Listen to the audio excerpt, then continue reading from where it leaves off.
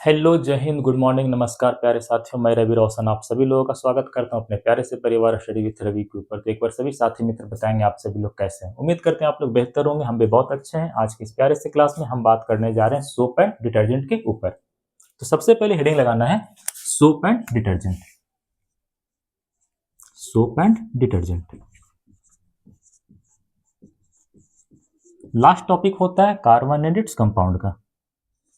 Soap and detergent, आइए सबसे पहले समझते हैं सोप क्या होता है। सबसे पहले बात करते हैं सोप का। तो ध्यान रखिएगा, सोप क्या होता है, एक तरह का सॉल्ट होता है। क्या होता है? सॉल्ट होता है। इस सॉल्ट के फॉर्मेशन के दौरान यूज कौन सा एसिड होता है? कार्बोक्सिलिक एसिड क्या होता है? यूज होता है। और किस चीज का सॉल्ट होता है? सोडियम या फिर पोटेशियम का सॉल्ट होता है। सबसे पहले डिफाइन करते हैं फिर समझाते हैं। सोप्स सोप्स आर सोडियम और पोटेशियम सॉल्ट। सोडियम और पोटेशियम सॉल्ट, सोडियम और potassium salt of long chain of carboxylic acid, of carboxylic acid. ध्यान रखिएगा, साबुन क्या होता है, सोप क्या होता है? सोडियम और पोटेशियम का एक सॉल्ट होता है। और इस सॉल्ट के फॉर्मेशन के दौरान हम कौन से एसिड का यूज करते हैं? तो सर हम यूज करते हैं कार्बोक्सिलिक एसिड का। किसका यूज करते हैं? कार्बोक्सिलिक एसिड का हम लोग यूज करते हैं। बात आता है कि सर इसका एग्जाम्पल क्या होगा सॉल्ट के रूप में? इसका एग्जाम्पल ध्यान रखना, सोडियम, सोडियम स्टेरेट। क्या ध्यान रखना है? Sodium stearate. बात आता है कि सर इसका फॉर्मूला क्या होता है? फॉर्मूला होता है C17H35 COO Na। ये क्या होता है? फॉर्मूला होता है सोडियम एस्टेरेट का। इसका फॉर्मूला होता है सोडियम एस्टेरेट का। अब बारी बारी से इसके अंदर सारे टर्म को हम लोग समझेंगे। यहाँ पे क्या दिख रहा है? C17 मतलब 17 कार्बन दिख रहा है। चलो 1 2 3 4 5 6 7 8 9 10 11 12 13 और कहाँ लगा सकते हैं 14 15 16 1 2 3 4 5 6 7 8 9 10 11 12 13 14 15 16 17 17 कार्बन है। कितना कार्बन है? 17 कार्बन है। इसके बाद कौन सा ग्रुप आएगा? COO Na वाला ग्रुप आएगा। तो COO Na वाला ग्रुप आएगा। इस पे माइनस होता है, इस पे प्लस होता है। इस तरह का बहुत लंबा क्या होता है? सॉल्ट होता है। क्या होता है? सॉल्ट होता है। जहां भी खाली स्थान दिख रहा है आप वहां पे हाइड्रोजन लगा सकते हैं। इधर भी हाइड्रोजन होगा, इधर भी हाइड्रोजन होगा, यहाँ पे ऐसे करके इधर भी हाइड्रोजन होगा।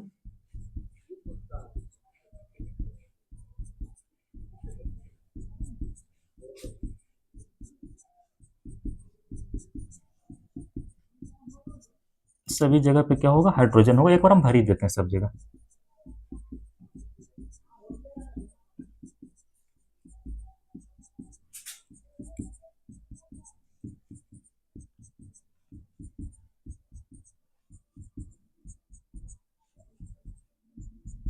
इस तरह का होता है। कोई दिक्कत है यहां तक? नहीं ना? चलिए आगे चलते हैं। ये हमारा क्या होता है? एक लॉन्ग सोडियम का सॉल्ट होता है। ध्यान देना, यहाँ पे टोटल नंबर ऑफ कार्बन कितना है? 17। 1 2 3 4 5 6 7 8 9 10 11 12 13 14 15 16 17 17 कार्बन यहाँ तक हो गया। इसके बाद कौन सा ग्रुप आएगा? COO Na वाला। ये COO Na। कोई दिक्कत है यहाँ तक? टोटल नंबर ऑफ हाइड्रोजन कितना है? 35। 1 2 3 4 5 6 7 8 9 10 11 12 13 14 15 16 17 18 19 20 21 22 23 24 25 26 27 28 29 30 31 32 33 34 35।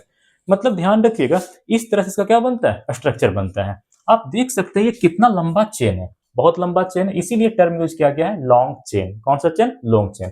इसके बाद यहाँ पे एसिड के रूप में किसका यूज किया गया है? Carboxylic acid. जहां पर भी तुम्हें ये दिख जाए ना, सी ऐसे करके दिख जाए, COO, समझ लेना वो कार्बोक्सिलिक एसिड की बात कर रहा है। और अंत में क्या लगा है? सोडियम लगा है। तो वही तो डेफिनेशन लिखवाया गया है ना, soaps are sodium and potassium salt of long chain of carboxylic acid. Soap क्या होता है? सोडियम और पोटेशियम से बना हुआ एक सॉल्ट होता है। चेन इसका कैसा होता है? लंबा होता है। और इस सॉल्ट के फॉर्मेशन के दौरान हम एसिड के रूप में किसका यूज करते हैं? तो कार्बोक्सिलिक एसिड का यूज करते हैं। ये हमने क्या बनाया? इसका फिगर बना दिया। ठीक है। इसका एक जनरल रिप्रेजेंटेशन भी होता है। क्या होता है? General representation. जनरल रिप्रेजेंटेशन, इसका जनरल रिप्रेजेंटेशन भी होता है। ऐसे होता है R COONA। ये क्या हो गया, जनरल रिप्रेजेंटेशन हो गया। ठीक है, इतना लंबा ना लिख करके हम सिंपल ऐसा भी लिख सकते हैं। बात आता है कि सर यहाँ पे R किसको रिप्रेजेंट करता है? R रिप्रेजेंट करता है एल्काइल ग्रुप। किसको रिप्रेजेंट करेगा? एल्काइल ग्रुप को। आप लोग को पहले ही पढ़ाया था एल्काइल ग्रुप के बारे में। जैसे समझिएगा, CH3 एक अल्काइल ग्रुप है। कौन सा अल्काइल ग्रुप है? मिथाइल वाला। ठीक है, उसी तरह से रहेगा C2H5, ये भी क्या, एक अल्काइल ग्रुप है। इसका नाम क्या होगा? इथाइल होगा। ठीक है, इसी तरह से हो जाए C3H7 होता है। ये कैसा है? प्रोपाइल है। क्या है? प्रोपाइल है। ये सभी के सभी अपने आप में एल्काइल ग्रुप है। सबके अंत में क्या लगा है? वाई लगा है। उसी तरह से ये जो तुम्हारा C17H35 दिख रहा है, ये अपने आप में क्या है? एक अल्काइल ग्रुप है। तो इस बड़े से टर्म को हम सिंपल क्या लिख सकते हैं? R लिख सकते हैं। बाकी COONA एज सच हमने क्या कर दिया? यहाँ पे उतार दिया। ठीक है, तो ये इसका क्या होता है? जनरल रिप्रेजेंटेशन होता है। क्या होता है? जनरल रिप्रेजेंटेशन होता है। कोई दिक्कत है यहाँ तक? नहीं ना? यहाँ तक नोट करिएगा, फिर आगे चलते हैं। हो गया? चलिए, इसके बाद डिफाइन करना है हमको डिटर्जेंट के बारे में। किसके बारे में? डिटर्जेंट के बारे में। नीचे डिफाइन करते हैं, उसके बाद इरेज करेंगे डिटर्जेंट के बारे में। डिटर्जेंट के बारे में बात आता है कि सर डिटर्जेंट क्या होता है? डिटर्जेंट भी तुम्हारा सोडियम और पोटेशियम का बना हुआ एक सॉल्ट होता है। डिटर्जेंट्स आर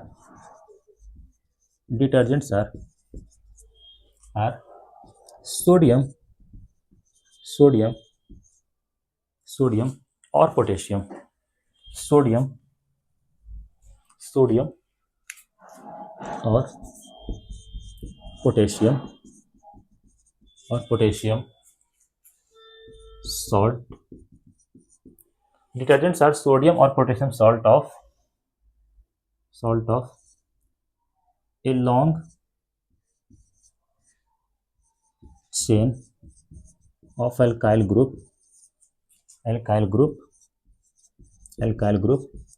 of sulfonate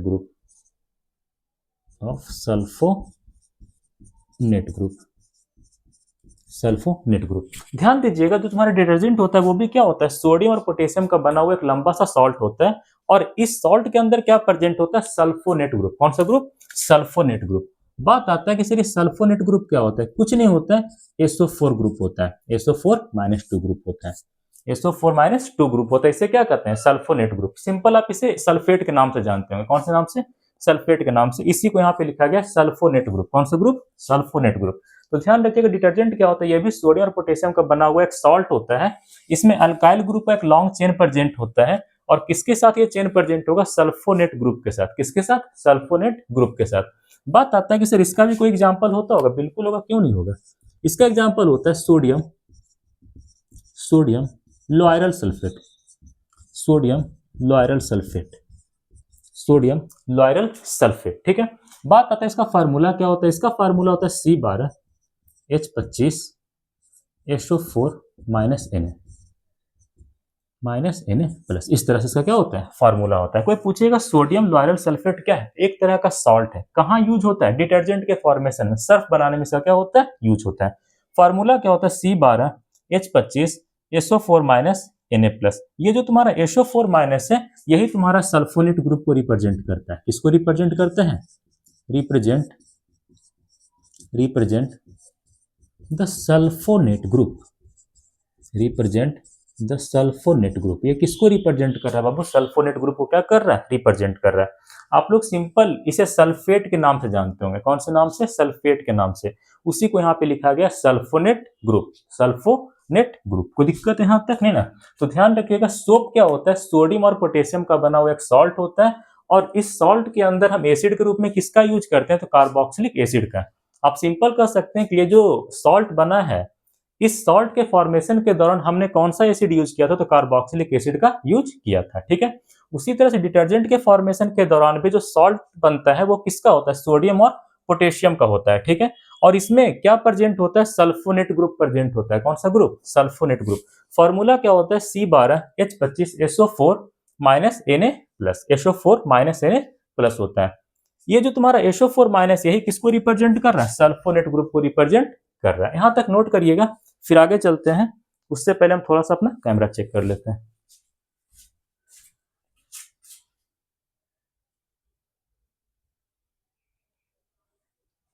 सही है, कुछ नहीं कर रहा है। यहाँ पर भी देख सकते हैं कितना लंबा चेन है। C12 का मतलब ऐसे ऐसे 12 कार्बन बनाना पड़ेगा, ठीक है। अंत में SO4 माइनस लगाना पड़ेगा, उसके बाद क्या आएगा Na प्लस आएगा। देखो थोड़ा सा बना के दिखाई देते हैं, ऊपर का इरेज करते हैं फिर बना के दिखाते हैं। हमें कोई दिक्कत नहीं बनाने में, मेरे पास वक्त ही वक्त है इन सारे कामों के लिए। देखो बना के दिखाते हैं। चलिए देखिएगा, ऐसे बनेगा 12 कार्बन, 1 2 3 4 5 6 7 9 10 11 12, 3 2 5 6 7 8 9 10 11 12, सब जगह हाइड्रोजन लगाओ।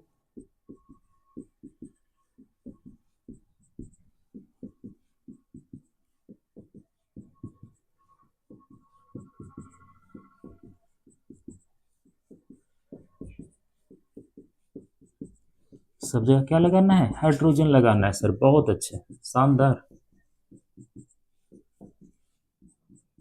अंत में यहाँ पे क्या लगेगा SO4 माइनस, और इधर से क्या आएगा Na प्लस आ जाएगा, ठीक है। ये तुम्हारा क्या बन गया, स्ट्रक्चर बन गया। ध्यान दो, 1 2 3 4 5 6 7 8 9 10 11 12 13 14 15 16 17 18 19 20 21 22 23 24 25। हाइड्रोजन कितना है 25 से, कार्बन कितना है 12 है, अंत में क्या आ गया SO4 माइनस आ गया, उसके बाद क्या आ गया Na प्लस आ गया। ये तुम्हारा क्या होता है, सोडियम लॉयरल सल्फेट का स्ट्रक्चर होता है, ठीक है। और ये किसका स्ट्रक्चर था, तो ये तुम्हारा स्ट्रक्चर था सोडियम एस्टेरेट का। किसका था, सोडियम एस्टेरेट का। तो ध्यान देना एक बार फिर से, जो तुम्हारा सोप क्या होता है वो भी तुम्हारा सोडियम और पोटेशियम का बना हुआ एक सॉल्ट होता है, और उस सॉल्ट के फॉर्मेशन के दौरान हम किसका यूज करते हैं, कार्बोक्सिलिक एसिड का यूज करते हैं। ठीक उसी तरह से डिटर्जेंट क्या होता है, ये भी तुम्हारा सोडियम और पोटेशियम का बना हुआ एक सॉल्ट ही होता है, और इस सॉल्ट के अंदर क्या प्रेजेंट होता है, सल्फोनेट ग्रुप। कौन सा ग्रुप, सल्फोनेट ग्रुप क्या होता है, प्रेजेंट होता है। तो हमेशा ध्यान रखना है, चाहे तो तुम्हारा सोप हो चाहे तो तुम्हारा डिटर्जेंट हो, उसमें जो सॉल्ट यूज होगा वो किसका बना होगा, सोडियम और पोटेशियम का। बस अंतर इतना ही है कि जो तुम्हारा सोप में सॉल्ट बनता है, उस सॉल्ट के फॉर्मेशन के दौरान हम कार्बोक्सिलिक एसिड का यूज करते हैं, और जो तुम्हारा डिटर्जेंट के फॉर्मेशन के दौरान सॉल्ट बनता है उसमें हम लोग सल्फोनेट ग्रुप यूज करते हैं। किसका यूज करते हैं, सल्फोनेट ग्रुप यूज करते हैं। तो यहां तक सारे बच्चे नोट करेंगे, फिर आगे चलते हैं। नोट करो, फिर इरेज करते हैं। इस बार पूरा इरेज करना है हमको। हो गया, चलिए मिटा देते हैं।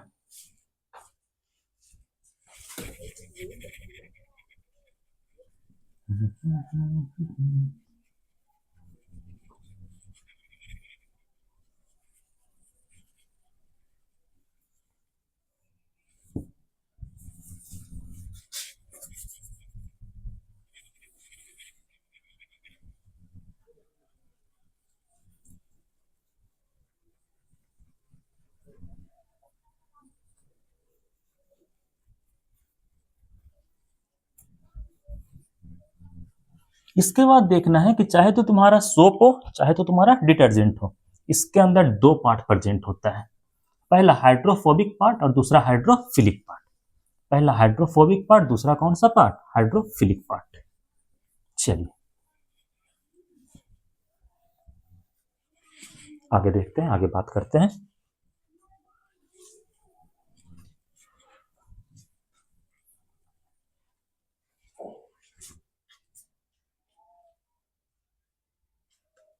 आगे बात करते हैं, आगे बात करते हैं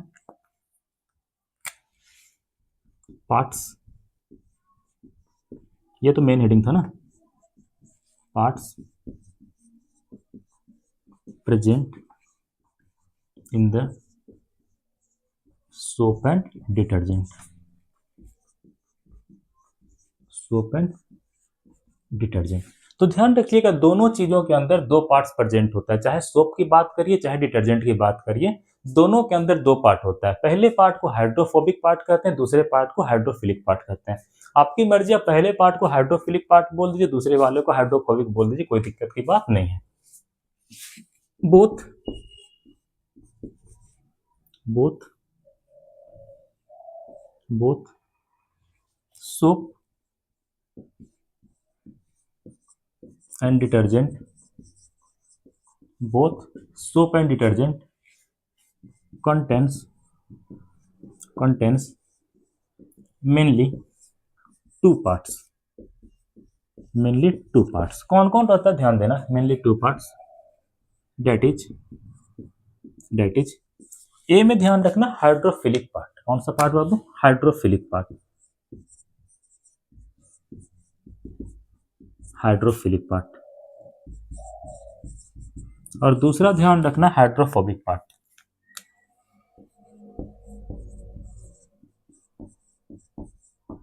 हाइड्रोफोबिक पार्ट्स। दो पार्ट प्रेजेंट होता है, हाइड्रोफिलिक वाला और हाइड्रोफोबिक वाला, हाइड्रोफिलिक वाला और हाइड्रोफोबिक वाला। बात आता है कि सर हाइड्रोफिलिक पार्ट क्या होता है, हाइड्रोफिलिक पार्ट क्या होता है। तो ध्यान रखना जो तुम्हारा हाइड्रोफिलिक है ना वो दो टर्म के मिलने से बना है। कितने टर्म के, दो टर्म के मिलने से बना है। ये क्या है, made up of two terms. कितने टर्म के मिलने से बना है सर, दो टर्म के मिलने से बना है। लेकिन कौन कौन, ये ध्यान रखना है। पहला आता है हाइड्रो और दूसरा का मतलब दूसरा होता है फिलिक, सॉरी दूसरा क्या होता है, फिलिक होता है।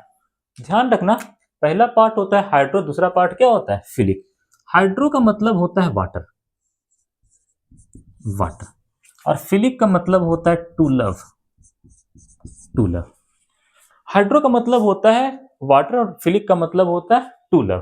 कोई दिक्कत यहाँ तक है ना, मतलब सोप के अंदर वैसा पार्ट जो पानी को पसंद करे, पानी को प्यार करे, पानी को चाहे, उसे क्या कहते हैं, हाइड्रोफिलिक पार्ट। क्या कहते हैं, हाइड्रोफिलिक पार्ट। तो ध्यान रखना दोज पार्ट्स ऑफ सोप या फिर डिटर्जेंट, जो भी कहो, सोप और detergent,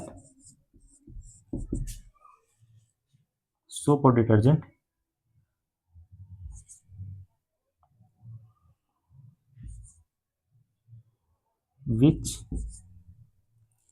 those part of soap and detergent, ये सिंपल ऐसे डिफाइन करते हैं और सिंपल डेफिनेशन करते हैं।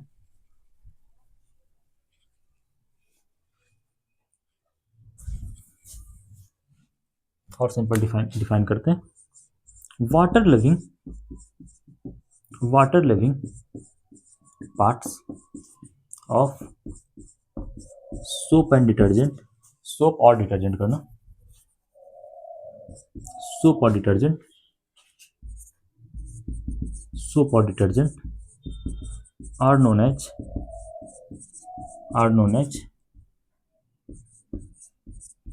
Hydrophilic part. मतलब सोप और डिटर्जेंट का वैसा पार्ट जो कि पानी को पसंद करे, पानी को प्यार करे, पानी की ओर अट्रैक्ट हो जाए, उसे क्या कहते हैं, हाइड्रोफिलिक पार्ट। क्या कहते हैं, हाइड्रोफिलिक पार्ट। ठीक है, इसी तरह से दूसरा क्या होता है, हाइड्रोफोबिक पार्ट। दूसरा क्या होता है, hydrophobic part.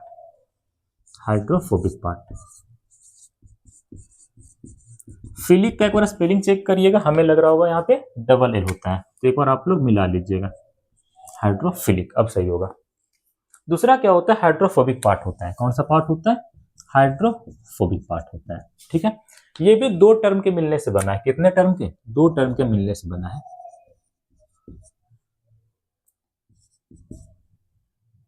Made up of two term, कौन कौन, ये जानना जरूरी है। यहां पर भी दो टर्म है। सबसे पहला आता है हाइड्रो, पहला क्या आता है बाबू, हाइड्रो, और दूसरा क्या आता है, फोबिक। हाइड्रो का मतलब फिर से क्या होगा, वाटर होगा, और फोबिक का मतलब होता है टू हेट, नफरत करना। क्या करना, नफरत करना। तो ध्यान रखिएगा सोप और डिटर्जेंट के अंदर वैसा पार्ट जो पानी से नफरत करे, पानी को लाइक ना करे, उसे क्या कहते हैं हम लोग, हाइड्रोफोबिक पार्ट के नाम से हम लोग जानते हैं। ठीक है, तो ध्यान रखना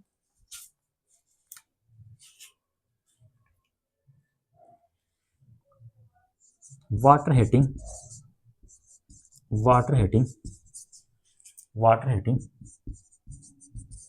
पार्ट्स ऑफ सोप और detergent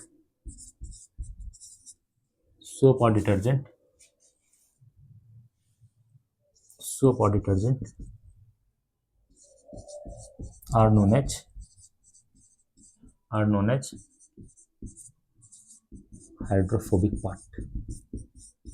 as hydrophobic part, hydrophobic part. या फिर ऐसा भी कर सकते हैं, दोज पार्ट ऑफ सोप और डिटर्जेंट, थोड़ा अच्छा से लिखते हैं ना, soap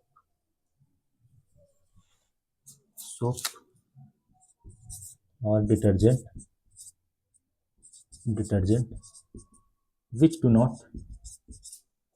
which do not like water called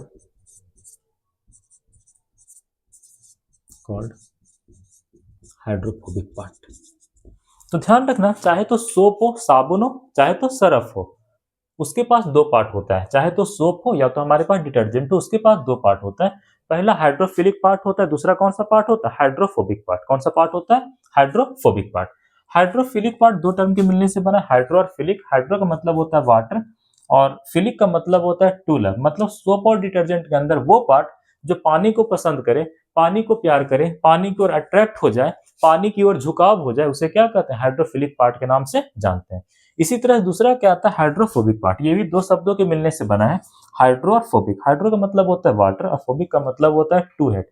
soap और डिटर्जेंट के अंदर कोई वैसा पार्ट जो पानी से नफरत करे, पानी से दूर भागे, पानी को पसंद ना करे, उसे क्या कहते हैं? हाइड्रोफोबिक पार्ट के नाम से हम लोग जानते हैं। तो हमेशा ध्यान रखना, चाहे तुम्हारे पास साबुन हो, चाहे तुम्हारे पास सर्फ हो, उसके अंदर दो पार्ट होता है, हाइड्रोफिलिक और हाइड्रोफोबिक। चाहे तुम्हारे पास सोप हो, चाहे तुम्हारे पास डिटर्जेंट, उसके अंदर दो पार्ट होता है, पहला हाइड्रोफिलिक और दूसरा हाइड्रोफोबिक। यहां तक सारे बच्चे नोट करेंगे, फिर आगे चलते हैं।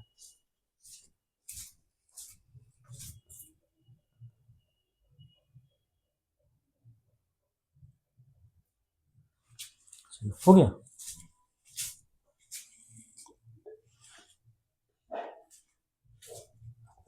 मिटा दें? यस सर, चलो मिटाते हैं।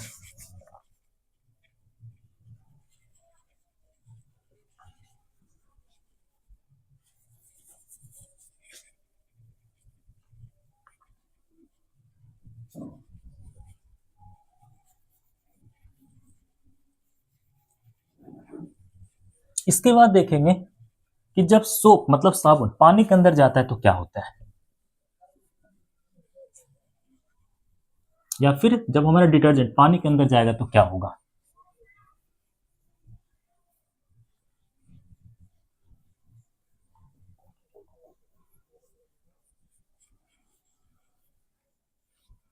चलिए हेडिंग मिटाते हैं।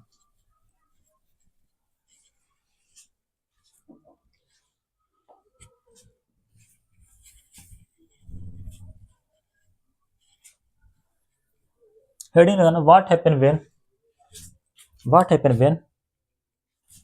हेडिंग लगाना है, व्हाट हैपन व्हेन RCONA। आपको समझ में आ जाना चाहिए सोप की बात कर रहा है। Soap dissolved in the water,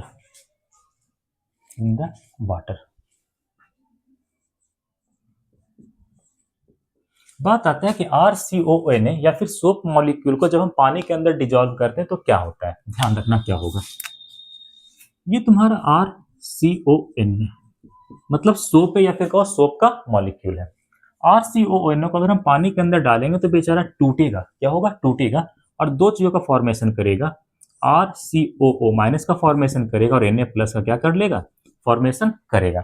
ये रिएक्शन एक रिवर्सिबल रिएक्शन होता है, मतलब रिएक्शन इधर से इधर भी जा रहा होगा, इधर से इधर भी आ रहा होगा। ये जो तुम्हारा इस वाला तरह का एरो रहता है ना, एरो दो तरह का होता है। पहला ये होता है ऐसे सिंगल एरो होता है, ये तुम्हारा इरिवर्सिबल रिएक्शन को रिप्रेजेंट करता है। वैसा रिएक्शन जो केवल एक ही डायरेक्शन में जाए, इधर से इधर चला जाए लेकिन इधर से इधर ना आए, इस तरह के रिएक्शन के लिए हम ये वाला एरो का यूज करते हैं। ये किसको रिप्रेजेंट करता है? Irreversible reaction. इरिवर्सिबल रिएक्शन को ये क्या करता है? रिप्रेजेंट करता है। जबकि यहाँ पे हमने क्या बनाया है? ये वाला एरो बनाया है, ऐसे करके, ऐसे करके। मतलब चीजें इधर से इधर भी जा सकता है, इधर से इधर भी जा सकता है। ठीक है। RCONA टूट करके इसका फॉर्मेशन करेगा ही, ये दोनों मिलकर के इसका फॉर्मेशन भी कर सकता है। मतलब ध्यान रखना, ये जो रिएक्शन है इधर से इधर भी जाएगा और इधर से इधर भी आएगा। मतलब ये कैसा रिएक्शन है? Reversible reaction, reversible reaction.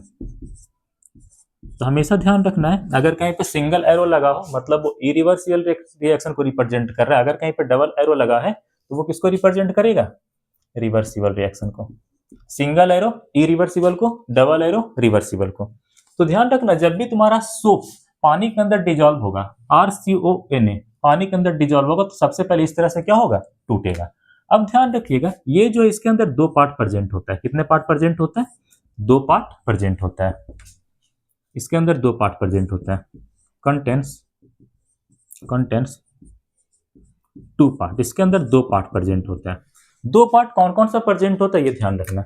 सबसे पहले तो ये प्रेजेंट होगा R, मतलब अल्काइल ग्रुप प्रेजेंट होगा, और दूसरा क्या प्रेजेंट होगा? COO-। इसके अंदर दो पार्ट प्रेजेंट होता है, पहला R मतलब अल्काइल ग्रुप, और दूसरा क्या प्रेजेंट होता है? COO- प्रेजेंट होता है। बात आता है कि ये तुम्हारा COO- क्या है? ये तुम्हारा आयनिक पार्ट है। ये तुम्हारा क्या है? आयनिक पार्ट है। किसका? सोप मॉलिक्यूल का, of soap molecule, of soap molecule का, या फिर डिटर्जेंट मॉलिक्यूल, जो भी कहिए। नहीं सॉरी, यहाँ पे सोप की बात कर रहे हैं, डिटर्जेंट में तो सल्फोनेट ग्रुप आता है ना।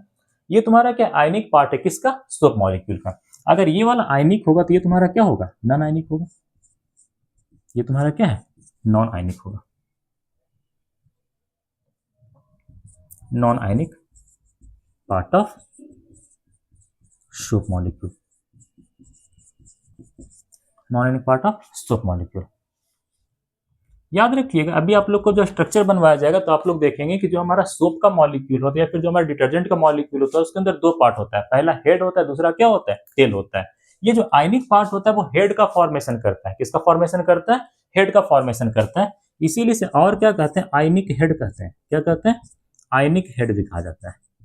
क्या कहते हैं? आयनिक हेड भी कहते हैं। तो ये किसका फॉर्मेशन करेगा? सर ये टेल का फॉर्मेशन करेगा। इसे क्या कहेंगे? Non ionic tail. क्या कहेंगे? नॉन आयनिक टेल भी इसे हम लोग कह सकते हैं। इसके बाद इसको और कुछ कहा जा सकता है? बिल्कुल कहा जा सकता है। इसे कहते हैं पोलर हेड। कौन सा हेड? पोलर हेड भी कहते हैं। क्या कहते हैं? पोलर हेड के नाम से भी इसे हम लोग जानते हैं। अगर ये तुम्हारा पोलर हेड है तो इसे और क्या कहेंगे? सर इसे कहेंगे नॉन पोलर हेड। क्या कहेंगे? Non polar head. इसे और क्या कहेंगे? नॉन पोलर हेड कहेंगे। क्या कहेंगे? नॉन पोलर हेड कहेंगे। कोई दिक्कत है? हाँ नहीं ना। देखो ये जो तुम्हारा आर है ये किसको रिप्रेजेंट कर रहा है? एल्काइल ग्रुप को। किसको रिप्रेजेंट कर रहा है? Represents the alkyl group. Alkyl group ये किसको रिप्रेजेंट कर रहा है बाबू? एल्काइल ग्रुप को क्या कर रहा है? रिप्रेजेंट कर रहा है। एल्काइल ग्रुप का मतलब कौन सा? एल्काइल ग्रुप का मतलब कौन सा? अगर हम जैसे ही सोप की बात कर रहे हैं तो इसका सॉल्ट कौन सा होगा? अगर हम सोप की बात करें तो इसका सॉल्ट कौन सा होगा? C17H35 COO Na वाला होगा, यही तो होगा ना। ये तुम्हारा माइनस, ये तुम्हारा प्लस, यही वाला तो सॉल्ट होगा, और तो कोई दूसरा सॉल्ट होने वाला है नहीं। तो यहाँ पे एल्काइल ग्रुप कौन सा? C17H35। मतलब अगर ये एल्काइल ग्रुप को रिप्रेजेंट कर रहा है तो कौन सा एल्काइल ग्रुप को रिप्रेजेंट कर रहा है? C17H35। C17H35। आप लोग देख सकते हैं ये R किसको रिप्रेजेंट कर रहा है? एक लंबे से कार्बन चेन को। किसको रिप्रेजेंट कर रहा है? एक लंबे से कार्बन चेन को। वैसा चेन जो कार्बन का बना होता है उसे हम कार्बोनिक चेन के नाम से भी जानते हैं। तो इस R को और क्या कह सकते हैं? कार्बोनिक चेन कह सकते हैं। इस R को और हम लोग क्या कह सकते हैं? Carbonic chain. Carbonic chain. इसे ही और क्या कह सकते हैं? इसे ही और क्या कह सकते हैं? Long chain of alkyl group. और क्या कहा जा सकता है? Long chain of alkyl group. इसे और क्या कहा जा सकता है? Long chain of alkyl group के नाम से भी इसे हम लोग जानते हैं। तो इतना चीज ध्यान रखना, ये जो तुम्हारा COO- है ये किसको रिप्रेजेंट कर रहा है? आयनिक पार्ट ऑफ सोप मॉलिक्यूल को रिप्रेजेंट करेगा। इसे और क्या कहते हैं? आयनिक हेड भी कहते हैं, क्योंकि जो तुम्हारा स्ट्रक्चर जब बनता है ना, सोप का बनाओ चाहे डिटर्जेंट का बनाओ, इसमें दो पार्ट होता है, पहला हेड होता है, दूसरा टेल होता है। ये जो COO- है ये हेड का फॉर्मेशन करता है, इस कारण से इसे आयनिक हेड कहते हैं। ठीक है, इसे और क्या कहते हैं सर? पोलर हेड के नाम से भी जानते हैं। अगर ये आयनिक पार्ट है तो ये तुम्हारा क्या होगा? नॉन आयनिक पार्ट होगा।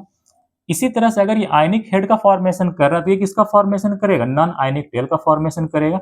अगर ये पोलर हेड का फॉर्मेशन कर रहा है तो ये किसका फॉर्मेशन करेगा? नॉन पोलर टेल का फॉर्मेशन करेगा। सॉरी, नॉन पोलर टेल का फॉर्मेशन करेगा। किसका फॉर्मेशन करेगा?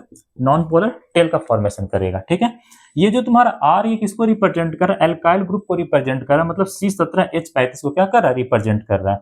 ये कार्बन का एक लंबा सा चेन है, तो कार्बन का जो चेन होता है उसे हम कार्बोनिक चेन के नाम से भी जानते हैं। मतलब ये जो आर है इसे और क्या कर सकते हैं सर? कार्बोनिक चेन कर सकते हैं। बहुत अच्छी बात। ठीक है, इसके बाद ध्यान रखना इसे या और क्या कर सकते हैं? Long chain of alkyl group. क्या कहा जा सकता है? Long chain of alkyl group के नाम से भी जानते हैं। इसके बाद बात आता है कि सर ये Na का क्या काम होता है? ध्यान रखिएगा, Na भी यूज होता है तुम्हारे डर्ट को और ऑयल को कपड़े से हटाने में, मतलब क्लीनिंग एक्शन होता है। इसका भी क्या होता है? क्लीनिंग एक्शन होता है। ठीक है, Na का क्या काम होता है? ध्यान रखना। ऑल्सो रिस्पॉन्सिबल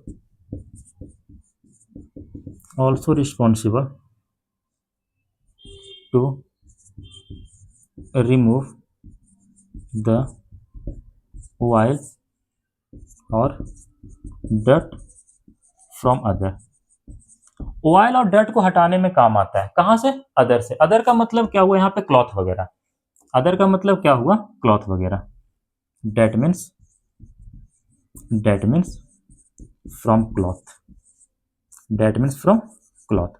आप सिंपल कह सकते हैं कि Na भी क्या करता है? तो गंदी चीजों को साफ करने के लिए रिस्पॉन्सिबल होता है। और इसे क्या कर सकते हैं? Na, या फिर सिंपल ऐसे लिखो, ऑल्सो बिहेव्स एज अ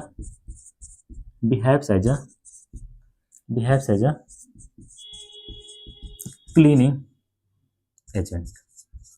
साफ करने वाला एजेंट के रूप में क्या करता है? बिहेव करता है। कौन? तुम्हारा Na। कौन बिहेव करता है? Na बिहेव करता है। कोई दिक्कत है यहाँ तक? तो इतना इन्फॉर्मेशन हर बच्चे के पास होना चाहिए कि जब भी तुम्हारा कोई सोप मॉलिक्यूल RCOONA वाटर के अंदर डिजॉल्व होगा तो क्या होगा? टूटेगा। RCOO माइनस में और Na प्लस में। सिंगल एरो इरिवर्सिबल रिएक्शन को रिप्रेजेंट करता है, डबल एरो रिवर्सिबल रिएक्शन को क्या करता है? रिप्रेजेंट कर रहा है। यहाँ पे सभी जगह हम सोप की बात कर रहे हैं। किसका बात कर रहे हैं? सोप की बात कर रहे हैं, क्योंकि यहाँ पे हमने सॉल्ट किसका लिया है? सोप का सॉल्ट लिया, साबुन वाला सॉल्ट हमने यहाँ पे ले रखा है। लेकिन ध्यान रखना इसी तरह का घटना किसके लिए होता है? डिटर्जेंट के लिए भी होता है। हमने सोप का लेकर के आपको सब कुछ समझाया है। तो हमेशा ध्यान रखना, जब भी तुम सोप को या RCOO Na को पानी के अंदर डिजॉल्व करोगे तो इस तरह से बेचारा क्या होगा? टूटेगा। इसके अंदर दो पार्ट होता है, पहला R, दूसरा COO माइनस वाला। ये क्या होता है? आयनिक पार्ट होता है, आयनिक हेड होता है, पोलर हेड होता है। ये क्या होता है? नॉन आयनिक पार्ट होता है।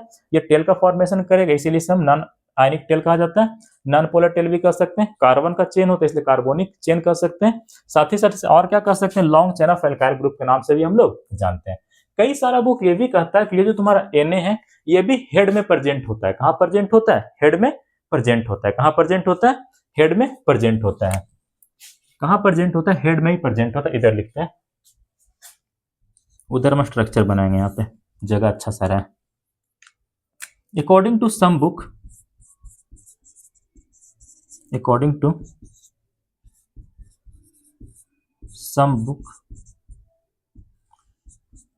Na plus is also present in the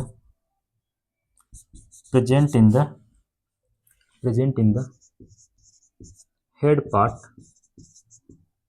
of the soap। कहाँ प्रेजेंट होता है? तो साबुन के हेड वाले रीजन में क्या होता है? प्रेजेंट होता है। साबुन के हेड वाले रीजन में क्या होता है? प्रेजेंट होता है। इसके बाद हम थोड़ा सा इसका स्ट्रक्चर देख लेते हैं कि बेचारा दिखता कैसा है।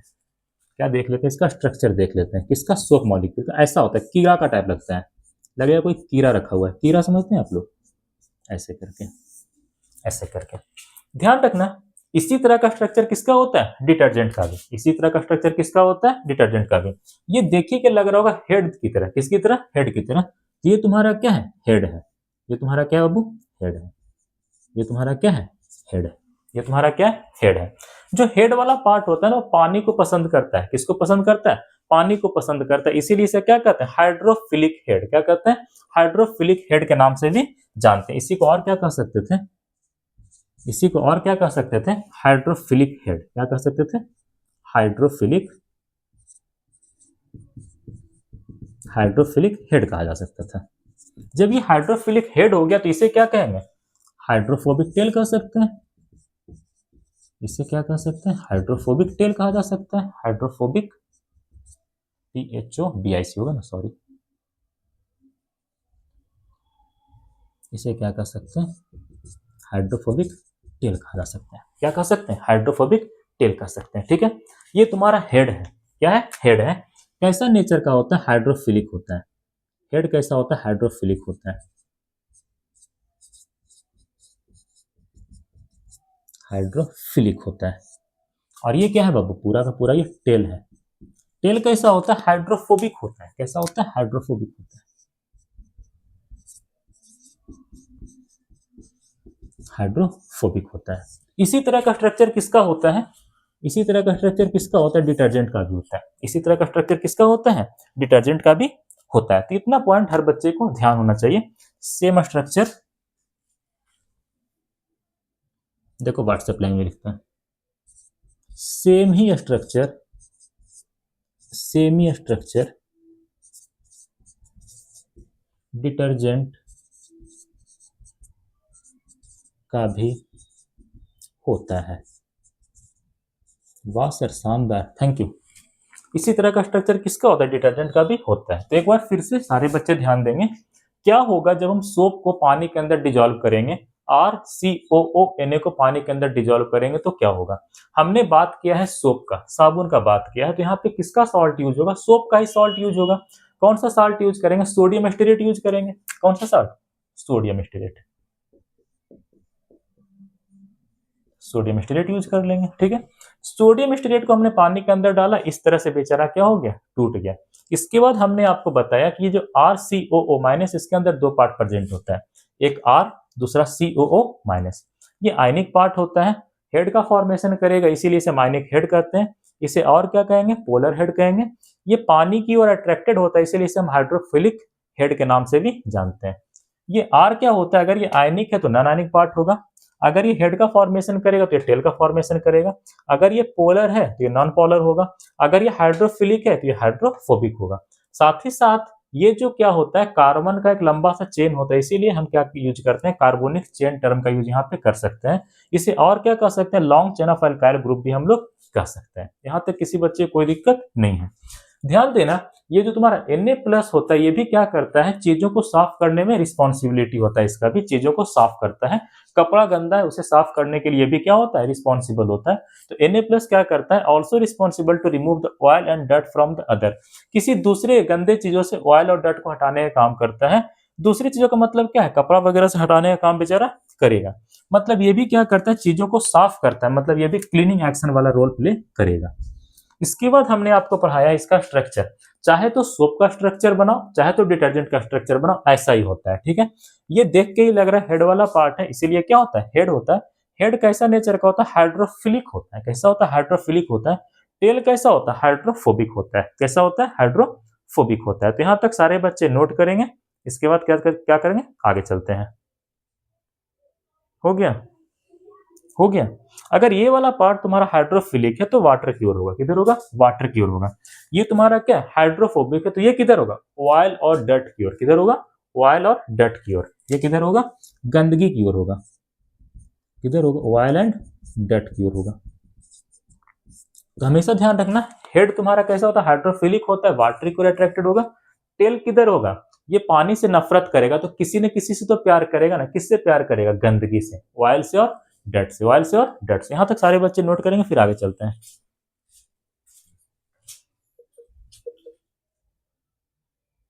अच्छा,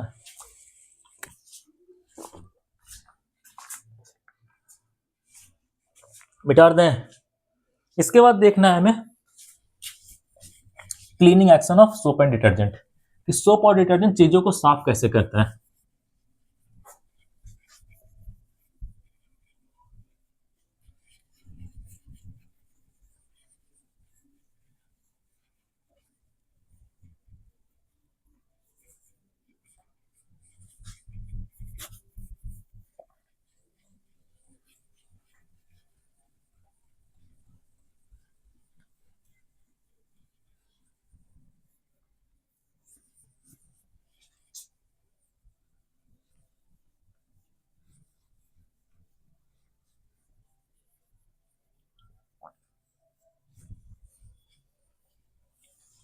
चलो हेडिंग लगाओ,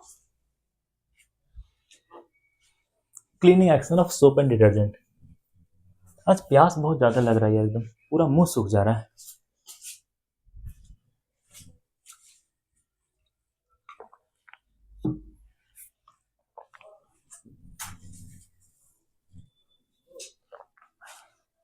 हेडिंग लगाना है, क्लीनिंग एक्शन ऑफ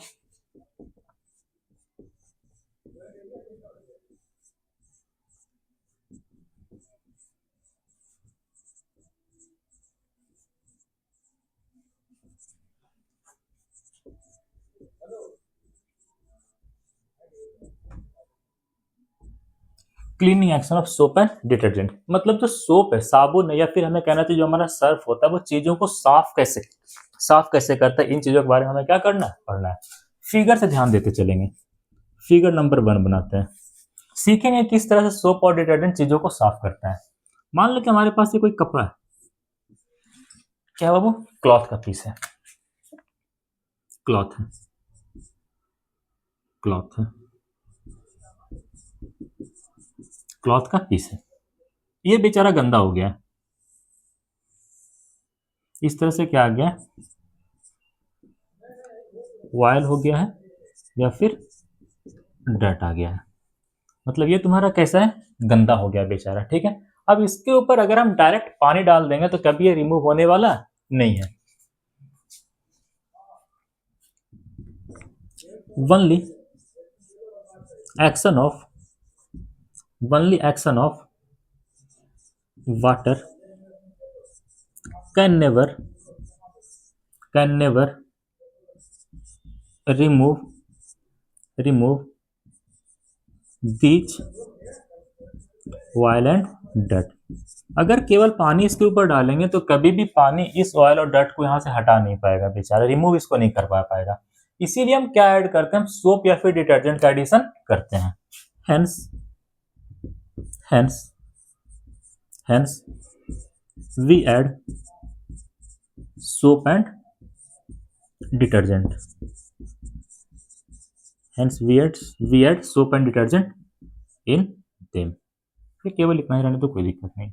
इसीलिए हम किसका एडिशन करते हैं, सोप और डिटर्जेंट का एडिशन करते हैं। जब सोप और डिटर्जेंट का एडिशन करेंगे तो क्या होगा, सोप का मॉलिक्यूल भी आ जाएगा। अगर डिटर्जेंट ऐड करेंगे तो डिटर्जेंट का मॉलिक्यूल भी क्या होगा, आएगा, ठीक है।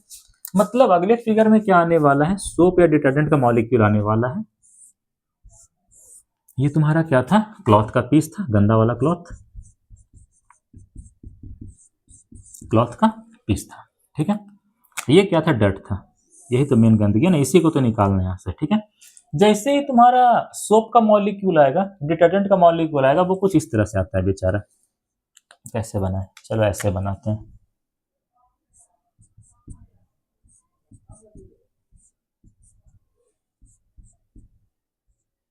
आपको तो पता है कि जो तुम्हारा सोप का मॉलिक्यूल होगा या फिर डिटर्जेंट का मॉलिक्यूल होगा, उसके अंदर 2 पार्ट होगा। कितने पार्ट होगा, 2 पार्ट होगा। पहला हेड वाला पार्ट होगा, दूसरा टेल वाला पार्ट होगा। ये हेड वाला पार्ट है ऐसे करके, और क्या होगा, टेल वाला पार्ट होगा। ये क्या हो गया, हेड वाला पार्ट हो गया, दूसरा टेल वाला पार्ट हो गया। इस तरह का कहीं पर ही फिगर दिखे ना तो समझ जाना ये फिगर स्पेशल समझाने के लिए बनाया जा रहा है बाबू, ठीक है। यहाँ पे 2 पार्ट है। ये ऊपर वाला पार्ट हेड वाला पार्ट है। कौन सा पार्ट है, हेड वाला पार्ट है, हेड है। आप कह सकते हैं हाइड्रोफिलिक पार्ट है। कैसा पार्ट है, हाइड्रोफिलिक है।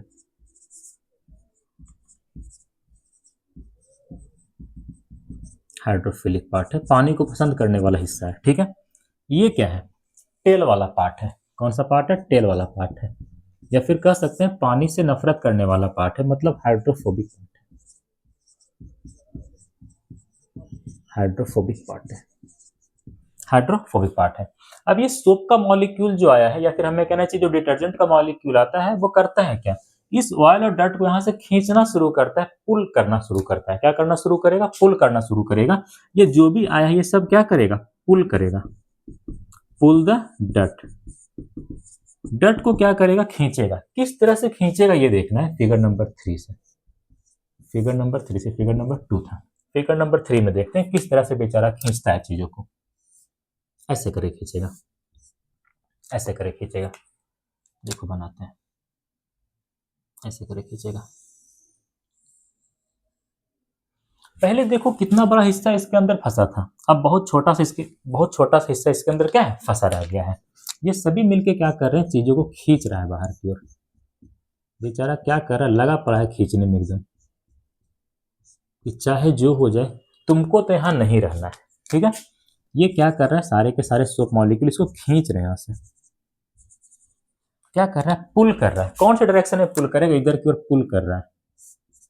क्या कर रहा है, पुल कर रहा है, बाहर खींच रहा है बेचारे को, पुल कर रहा है, पुल कर रहा है। ठीक है, अभी भी पूरा निकला नहीं है, अभी भी एक क्लॉथ के पीस से पूरा निकला तो नहीं है, पूरा निकला तो नहीं है। इसके बाद क्या होता है, फिगर नंबर 4 बनाते हैं, फिगर नंबर 4 बनाते हैं। ठीक है, इसके बाद क्या होता है, इसके बाद कुछ इस तरह का फिगर बनेगा आपके पास। कोई बात नहीं, हम निकालेंगे अभी इसको, निश्चिंत रहना है। ठीक है, इसके बाद कुछ इस तरह का फिगर बनेगा आपके पास। ये बेचारे को ऐसे करके खींच लिया गया, ऐसे करके क्या कर लिया गया, खींच लिया गया। पहले गंदगी काफी अंदर तक था, थोड़ा सा ऊपर है, इस बार क्या हो गया, काफी ऊंचाई तक आ गया, काफी ऊपर आ गया है, मतलब काफी हद तक खींच लिया गया है। लेकिन अभी भी इसने खींचना बंद नहीं किया बाबू, ध्यान रखना आप लोग, खींच ही रहा है बेचारा, लगा है एकदम, चाहे जो हो जाए। हमारे रहते कोई गंदगी यहाँ तक नहीं रह सकता है, बस बात इतना ही, हमारे रहते कोई गंदगी यहाँ पे नहीं रह सकता है, सब का सब खींचने में लगा पड़ा है, ऐसे ऐसे करके। ठीक है, सभी के सभी ये सब मिलके क्या कर रहा है, पुल कर रहा है, ये सब मिलके क्या कर रहा है, पुल कर रहा है। किसको पुल करता है, ऑयल और डट को, पुल द ऑयल और डट को, जो भी तेल है, जो भी गंदगी, उसको खींचने में क्या है, लगा पड़ा है। ठीक है, और यही चीज तुम्हारा क्या है, ये जो काला वाला, यही तो तुम्हारा ऑयल और डट है ना, यही तो तुम्हारा ऑयल और क्या है, डट है। यही वाला हिस्सा तुम्हारा क्या है, ऑयल और डट है, ऑयल बोलो या फिर डट बोलो, यही वाला हिस्सा तुम्हारा क्या है, ऑयल है या तो फिर डट है। यही वाला हिस्सा तुम्हारा क्या है, ऑयल है या फिर कहो डट है।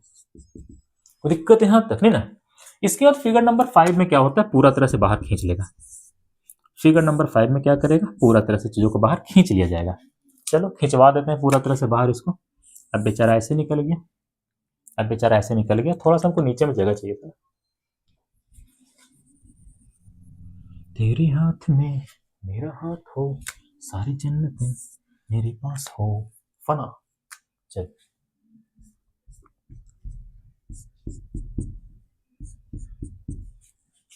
तुझे ना मिला फिर क्या ये चाहा, तेरे प्यार में जाने फना। चलो ध्यान देना, चारों तरफ इसको जकड़ लिया गया, जकड़ना समझते हो, लॉक कर लिया गया बेचारे को। भागने का कोई उपाय नहीं है, भागने का कोई उपाय नहीं है। इस तरह से ऑयल और डर्ट को क्या कर लिया गया, क्लॉथ के पीस से बाहर निकाल लिया गया। जो तुम्हारा एक क्लॉथ का पीस था, इससे बाहर निकाल लिया गया। अब यहाँ पे हमें क्या मिलेगा, क्लीन क्लॉथ पीस मिलेगा, क्लीन क्लॉथ पीस मिलेगा। क्यों मिलेगा, क्योंकि जो ऑयल था, या फिर हमें कहना चाहिए जो डर्ट था, उसका यहाँ से काम तमाम कर दिया है। किसने, सोप और डिटर्जेंट ने। किसने तमाम किया है, सोप और डिटर्जेंट ने। ठीक है, तो इस तरह से क्लीनिंग एक्शन होता है किसका, सोप का और डिटर्जेंट का। हमेशा ध्यान रखना, इसे क्या कर लिया, खींच करके बाहर निकाल लिया, पुल कर लिया गया, pulled out, pulled out, finally खींच करके बाहर कर लिया गया। तो कोई पूछेगा क्लीनिंग एक्शन क्या होता है, सोप का या फिर डिटर्जेंट का, सेम होता है। जिस तरह का काम तुम्हारा सोप करता है, उसी तरह से सफाई का काम क्या करता है, डिटर्जेंट करता है। बस दिक्कत इतना ही है ना, कि जो डिटर्जेंट होता है वो स्ट्रांगली होता है, स्ट्रांगली पुल करता है, बहुत जल्दी से साफ करेगा। ठीक है, काफी बेहतर तरीके से साफ करता है। लेकिन सोप इस मामले में थोड़ा सा पीछे रह जाता है। तो आपसे पूछेगा कि ज्यादा बेहतर सफाई कौन करेगा, सोप और डिटर्जेंट में, डिटर्जेंट करता है। ठीक है, डिटर्जेंट की तुलना में सोप थोड़ा सा पीछे रह जाता है, थोड़ा सा, ज्यादा कोई दिक्कत की बात नहीं है। लेकिन सफाई करने का तरीका सेम ही होता है। जिस तरह से सोप चीजों को साफ करता है, उसी तरह से डिटर्जेंट भी चीजों को साफ करेगा। सबसे पहले कोई गंदगी आ गया था किसी कपड़े के ऊपर, अगर केवल वाटर देंगे कभी धुलने वाला नहीं है, इसलिए हम क्या ऐड करते हैं, सोप ऐड करो या फिर डिटर्जेंट को ऐड कर दो। ठीक है, जब सोप ऐड करेंगे तो सोप का मॉलिक्यूल आएगा, डिटर्जेंट ऐड करेंगे तो डिटर्जेंट का मॉलिक्यूल आएगा। आप लोग को तो पता ही है, चाहे सोप रहे चाहे डिटर्जेंट रहे, दोनों का स्ट्रक्चर कैसा होता है, सेम होता है। सोप का मॉलिक्यूल का स्ट्रक्चर, डिटर्जेंट का मॉलिक्यूल का स्ट्रक्चर आपस में कैसा होता है, सिमिलर होता है, ठीक है। तो ध्यान देना, ये क्या करता है, चीजों को खींचना शुरू करेगा। क्या करेगा, खींचना शुरू करेगा। जो भी ऑयल है, जो भी डर्ट, इसे खींच करके बाहर करने की कोशिश करेगा। जो ब्लैक वाला पार्ट है वो हेड वाला पार्ट है, मतलब हाइड्रोफिलिक है, पानी की ओर रहेगा। और जो ये नीचे वाला है वो टेल वाला पार्ट है, हाइड्रोफोबिक है। अगर ये हाइड्रोफोबिक होगा तो किधर रहना चाहिए, डर्ट की ओर रहना चाहिए, डर्ट की ओर है भी। आप लोग को यहाँ पे जब डायग्राम बनाए थे तो भी बताए थे कि जो हेड होता है वो पानी की ओर रहता है, तो टेल किधर रहेगा, पानी से दूर। पानी से दूर रहेगा तो किसकी ओर रहेगा, ऑयल और डर्ट की ओर रहेगा, ठीक है।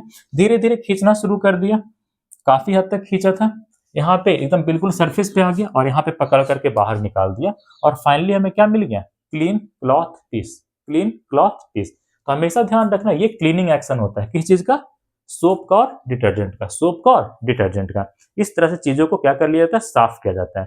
यहां तक नोट करने के बाद हमें पढ़ाना है मिशेल के बारे में। किसके बारे में, मिशेल के बारे में। तो दिक्कत यहां तक नहीं ना, यहां तक नोट करिए, फिर आगे चलते हैं। नोट कर लो आराम से पॉज करके, हो जाए तो बताना। लेकिन अफसोस हम यहाँ पे इंतजार नहीं कर सकते हैं आपका, आपको पॉज करके नोट करना होगा। केवल इधर का इरेज कर रहे हैं।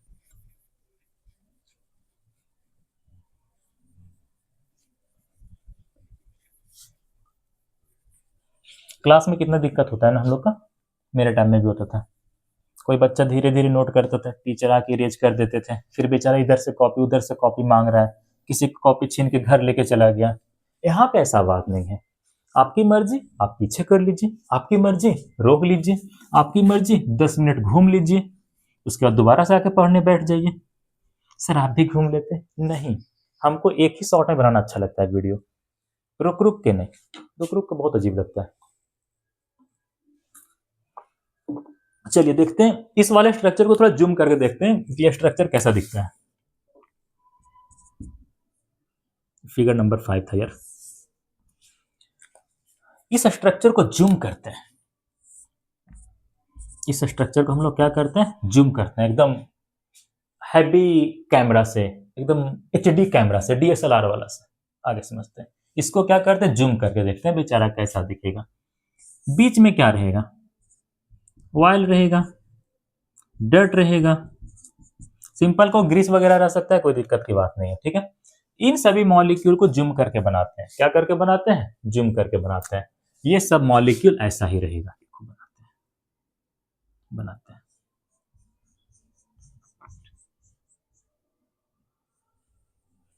थोड़ा छोटा ही बनाते हैं ऐसे करके, सॉरी,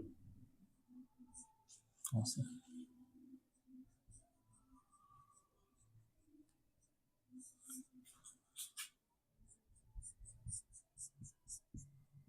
ऐसे करके,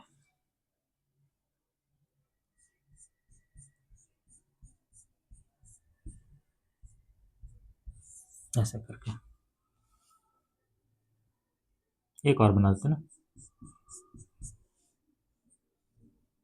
ऐसे करके। ये जो स्ट्रक्चर दिख रहा है वो कुछ इसी तरह का स्ट्रक्चर था, हेड वाला पार्ट दूर और टेल वाला पार्ट ऑयल और डर्ट के करीब, ठीक है, ऐसे करके, ठीक है। चलो, ये जो स्ट्रक्चर बना है ना, इसे कहते हैं मिशेल। क्या कहते हैं, मिशेल, MICELLE, MICELLE। ये जो स्ट्रक्चर का फॉर्मेशन हो गया, इसे क्या कहते हैं, मिशेल फॉर्मेशन। इसे क्या कहते हैं, मिशेल फॉर्मेशन।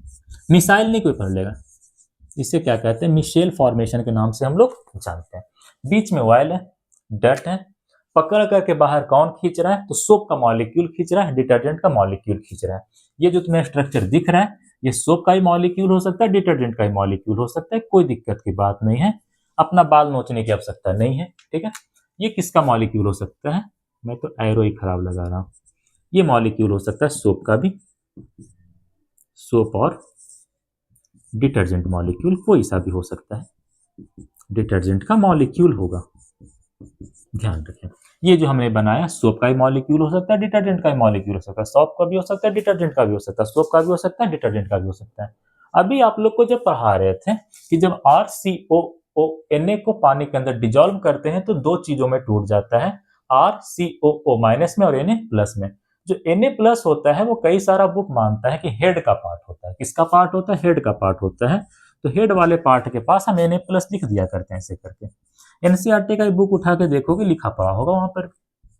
बिल्कुल सर, आप भी पढ़ते हैं, क्यों नहीं पढ़ सकते यार, हमें पढ़ने में कोई रोक थोड़ी है। चलो, जो Na प्लस होता है वो कहाँ होता है? हेड वाले हिस्से में होता है। कहाँ होता है? हेड वाले हिस्से में होता है। ये कौन सा हिस्सा है सर? हेड का हिस्सा है। बहुत अच्छी बात। ये कौन सा हिस्सा है? टेल वाला हिस्सा है। कौन सा हिस्सा है? टेल वाला हिस्सा है। ठीक है, टेल वाला हिस्सा किधर होता है? ऑयल और डट की ओर। और हेड वाला हिस्सा किधर होता है? वाटर की ओर। किधर होता है? वाटर की ओर। मतलब इधर क्या प्रेजेंट होगा? वाटर प्रेजेंट होगा। इन सभी जगहों पे बाहर की ओर क्या प्रेजेंट रहने वाला है? सर वाटर प्रेजेंट रहेगा। शानदार बच्चों, बहुत अच्छे। भारत रत्न के लिए आपका हम नाम नॉमिनेट करवाएंगे इतने अच्छे जवाब देने के लिए। वाटर प्रेजेंट रहेगा। इधर भी क्या प्रेजेंट रहेगा बाबू? वाटर प्रेजेंट रहेगा। कोई दिक्कत की बात नहीं है। ठीक है, ध्यान रखना, ये तुम्हारा क्या है? सोप मॉलिक्यूल का क्लस्टर है। क्लस्टर का मतलब होता है गुच्छा। क्लस्टर का मतलब क्या होता है? गुच्छा। ये पूरा का पूरा क्या है? सोप मॉलिक्यूल का एक क्लस्टर है, एक गुच्छा है। इस क्लस्टर के अंदर, इस क्लस्टर के अंदर जो तुम्हारा हाइड्रोफोबिक पार्ट होता है, या जो टेल वाला रीजन होता है, वो इंटीरियर पार्ट में होता है, अंदर की ओर होता है, ऑयल और डट की ओर होता है। ठीक है, जबकि जो तुम्हारा हाइड्रोफिलिक पार्ट होता है, हेड वाला पार्ट होता है, वो सरफेस पे होता है। किधर होता है? सरफेस पे होता है, वाटर की ओर होता है। ठीक है, और इस कंप्लीट स्ट्रक्चर को हम लोग क्या कहते हैं? मिशेल फॉर्मेशन के नाम से जानते हैं। कोई दिक्कत है यहां तक? मिशेल फॉर्मेशन के नाम से जानते हैं। आप ऐसा भी कह सकते हैं कि ये जो स्ट्रक्चर बना है, फाइनली जो स्ट्रक्चर बना है, इसका जो आयनिक पार्ट है, कौन सा पार्ट है? आयनिक पार्ट है, वो सरफेस की ओर होता है। कौन सा सरफेस? वाटर सरफेस की ओर होता है। जबकि नॉन आयनिक पार्ट किधर होता है? वाटर से दूर होता है, ऑयल और डट की ओर होता है, ऑयल और डट की ओर होता है। और इस स्ट्रक्चर को हम लोग क्या कहते हैं? ये जो फॉर्मेशन हो गया, इसे क्या कहते हैं? मिशेल कहते हैं। क्या कहते हैं? मिशेल कहते हैं। क्या कहते हैं?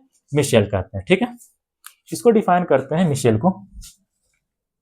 When when a cluster of when a cluster of soap or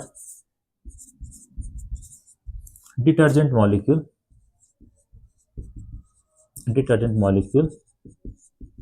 is formed such that, इस तरह से कि such that their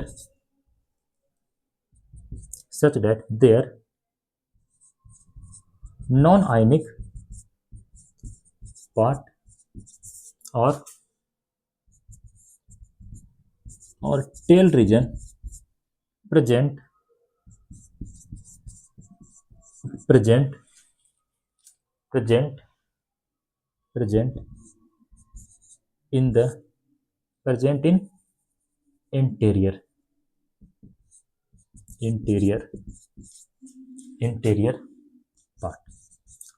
in interior part, while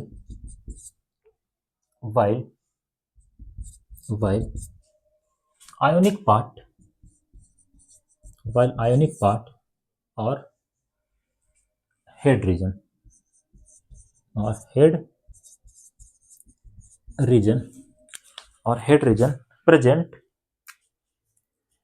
present या फिर comes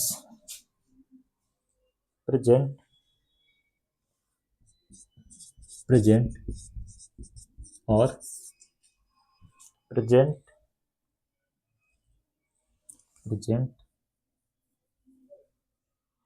head region comes लिखना, head region comes on the surface इस formation को Michel कहते हैं। इस फॉर्मेशन को क्या कहते हैं? मिशेल कहते हैं। This formation is known as micelle. एक पॉइंट ये भी ध्यान रखना, सोप और डिटर्जेंट चीजों को तभी साफ करेगा जब वो मिशेल का फॉर्मेशन करेगा। आपसे बहुत अच्छा सवाल पूछ सकता है, सोप और डिटर्जेंट अपना क्लीनिंग एक्शन कैसे शो करता है? By micelle formation. कैसे शो करता है? By micelle formation. लिख देते हैं, soap as well as detergent show so it's on soap as well as detergent, so it's on cleaning action by Michel formation, by Michel formation। जब तक Michel का formation नहीं होगा तब तक सोप और डिटर्जेंट कभी चीजों को साफ नहीं कर पाएगा। ये चीजें हर बच्चे को ध्यान रहना चाहिए, ठीक है। मिशेल क्या होता है? क्लस्टर होता है सोप मॉलिक्यूल का। किसका होता है? सोप मॉलिक्यूल का क्लस्टर होता है। और इस क्लस्टर के अंदर क्या होता है? जो हाइड्रोफोबिक टेल होता है वो इंटीरियर पार्ट में होता है, अंदर की ओर होता है। हाइड्रोफोबिक टेल कहाँ होता है? इंटीरियर पार्ट में। टेल कैसा होता है? एक बार फिर से लिखते चलते हैं। हाइड्रोफोबिक होता है। कैसा होता है? हाइड्रोफोबिक होता है। हाइड्रोफोबिक होता है बाबू, ठीक है। और जो हेड होता है वो कैसा होता है? हाइड्रोफिलिक। जो हेड होता है वो कैसा होता है? हाइड्रोफिलिक होता है। तो हमेशा ध्यान रखिएगा, जो तुम्हारा मिसेल क्या होता है? एक क्लस्टर होता है सोप का या फिर डिटर्जेंट मॉलिक्यूल का, ठीक है। इस क्लस्टर के अंदर क्या होता है? जो नॉन आयनिक पार्ट होता है, जो टेल वाला रीजन होता है, जो हाइड्रोफोबिक टेल होता है, नॉन आयनिक पार्ट बोलो, टेल रीजन बोलो या फिर हाइड्रोफोबिक टेल बोलो, वो कहाँ होता है? इंटीरियर पार्ट में, अंदर की ओर होता है, वायल और डट की ओर होता है। जबकि जो तुम्हारा आयनिक पार्ट होता है, जो तुम्हारा हेड वाला रीजन होता है या फिर हाइड्रोफिलिक हेड जो होता है, वो कहाँ प्रेजेंट होता है? सरफेस पे। कहाँ प्रेजेंट होता है? सरफेस पे। कहाँ प्रेजेंट होता है? सरफेस पे। कहाँ प्रेजेंट होता है? सरफेस पे प्रेजेंट होता है। और ये जो फॉर्मेशन होता है, इसी फॉर्मेशन को हम लोग क्या कहते हैं? मिशेल फॉर्मेशन के नाम से जानते हैं। क्या कहते हैं? मिशेल फॉर्मेशन के नाम से जानते हैं, ठीक है। तो हमेशा ध्यान रखना, जो तुम्हारा हेड होता है वो क्लस्टर के सरफेस पे आ जाता है। कहाँ जाता है? क्लस्टर के सरफेस पे आ जाता है, ठीक है। इसे क्या कहते हैं? मिशेल। ये डेफिनेशन हर बच्चे को ध्यान रखना चाहिए, एग्जामिनेशन में पूछने का चांस काफी ज्यादा होता है। सिंपल पूछेगा, मिशेल को डिफाइन करिए। तो ध्यान देना, when a cluster of soap और डिटर्जेंट मॉलिक्यूल इज फॉर्म, अगर कहीं पे सोप या डिटर्जेंट मॉलिक्यूल का क्लस्टर का फॉर्मेशन होता है, क्लस्टर का मतलब होता है गुच्छा, काफी सारे सोप और डिटर्जेंट मॉलिक्यूल आकर के क्लस्टर का फॉर्मेशन कर लेते हैं। इस दौरान क्या होता है? जो नॉन आयनिक पार्ट होता है, जो टेल रीजन होता है, जो हाइड्रोफोबिक टेल होता है, वो क्लस्टर के इंटीरियर पार्ट में प्रेजेंट होता है, अंदर में प्रेजेंट होता है। जबकि जो आयनिक पार्ट होगा, जो हेड वाला रीजन होगा, या फिर हमें कहना चाहिए जो हाइड्रोफिलिक हेड होगा, वो क्लस्टर के सरफेस पे आएगा। क्लस्टर के सरफेस पे आएगा। ये जो डॉटेड लाइन ये क्या है? सरफेस को रिप्रेजेंट कर रहा है। इस सरफेस पे क्या प्रेजेंट है? हेड प्रेजेंट है। क्या प्रेजेंट है? हेड प्रेजेंट है। और इसी फॉर्मेशन को मिशेल फॉर्मेशन के नाम से जानते हैं। तो एक बार आखिरी बार, when a cluster of soap और detergent molecule is formed such that, इस तरह से क्लस्टर बन जाए कि जो नॉन आयनिक पार्ट है, जो टेल वाला रीजन है, वो कहां चला जाए? एंटीरियर पार्ट में, अंदर की ओर हो। जबकि जो आयनिक पार्ट है, जो हेड वाला रीजन है, वो कहां चला है? सरफेस पे आ जाए। किसके सरफेस पे? क्लस्टर के सरफेस पे। Comes on the surface of, comes on the surface of cluster, surface of cluster, comes on the surface of cluster. This formation is known as micelle. लिख देते हैं, comes on the surface of cluster। इस formation को क्या कहते हैं? Micelle. This formation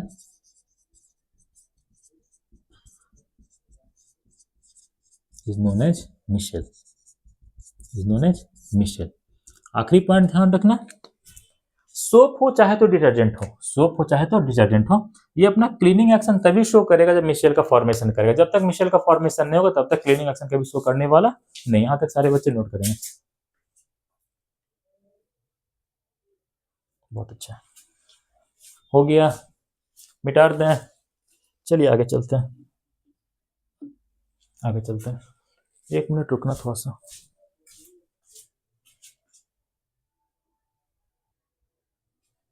चलो आगे चलते हैं। सर कहाँ चले गए थे? कहीं नहीं गए थे, पानी लाने गए थे बस। इसके बाद एक छोटा सा क्वेश्चन आता है, आप लोग देखते होंगे कि जो तुम्हारा साबुन होता है या फिर जो तुम्हारा डिटर्जेंट होता है, वो क्लाउडी की तरह दिखता है। ऐसा लगता है जैसे बादल लग गया है। क्यों दिखता है?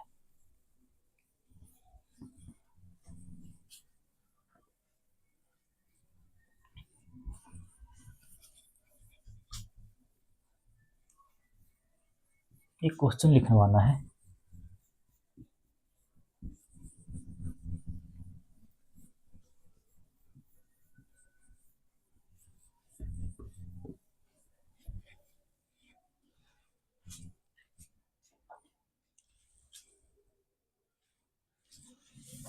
एक क्वेश्चन लिखना, why soap molecule appears cloudy. Why soap molecule या फिर सोप सॉल्यूशन लिख सकते हो। Why soap solution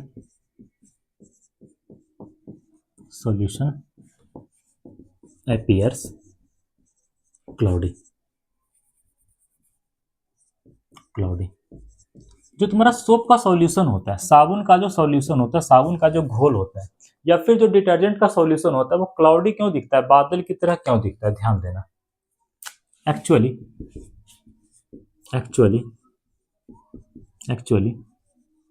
the size of soap molecule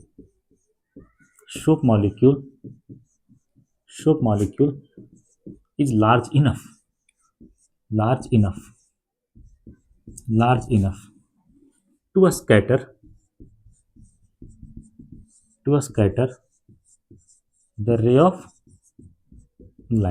to scatter the ray of light, and hence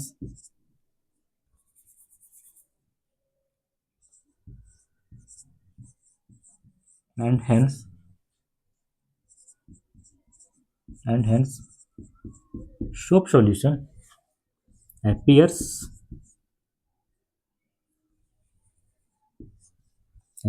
cloudy। जो सोप का मॉलिक्यूल होता है या फिर जो डिटर्जेंट का मॉलिक्यूल होता है, वो साइज में काफी बड़ा होता है, ठीक है, और वो आसानी से लाइट को क्या करवा सकता है, स्कैटर करवा सकता है। इसी कारण से बेचारा कैसा दिखता है, तुम्हारा क्लाउडी दिखता है। तो ये पॉइंट थोड़ा सा ध्यान रखना।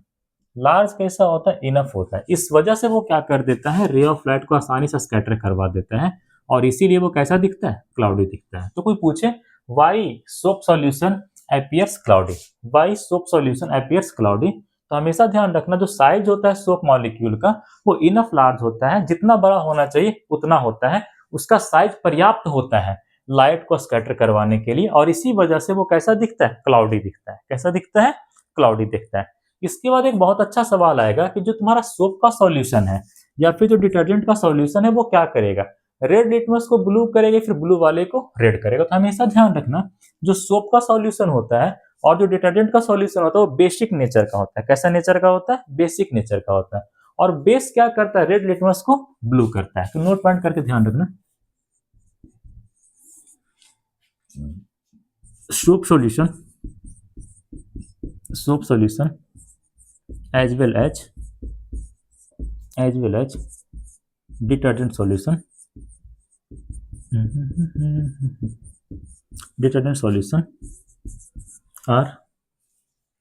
are basic in nature and hence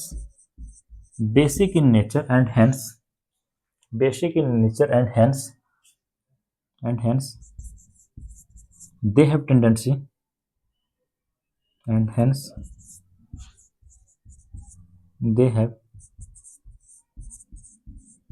tendency to convert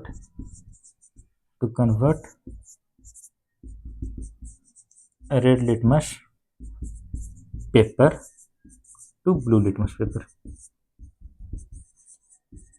अगर एसिडिक होता तो क्या करता, एसिडिक होता तो ब्लू वाले को रेड कर देता और कुछ नहीं करता। लेकिन ध्यान रखिएगा जो सोप का सॉल्यूशन होता है या फिर जो डिटर्जेंट का सॉल्यूशन होता है, वो क्या करता है, रेड लिटमस पेपर को ब्लू में क्या कर देता है, कन्वर्ट कर देता है।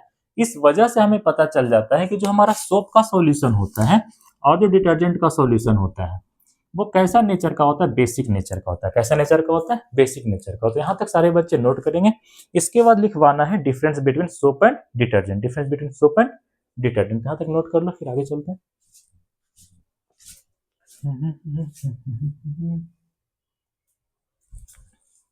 Difference between soap and detergent यहीं से लिखना शुरू कर देते हैं। ये इरेज करें, लिखो यहीं से। Difference between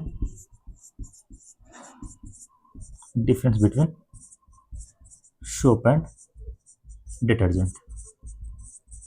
soap and detergent, साबुन और सर्फ में क्या अंतर होता है, ये चीजों को हमें जानना है और हर बच्चे को जानना है। ये क्वेश्चन भी आने का चांस बहुत ज्यादा होता है। डिफरेंस है 5 नंबर के लिए सीधे आ जाएगा, समझ रहे हैं ना। अब जिस बच्चे को आएगा 5 नंबर उसका आ जाएगा, नहीं आएगा निपट जाएगा बेचारा। निपटना का मतलब आता है समझ में, बर्बाद हो जाना।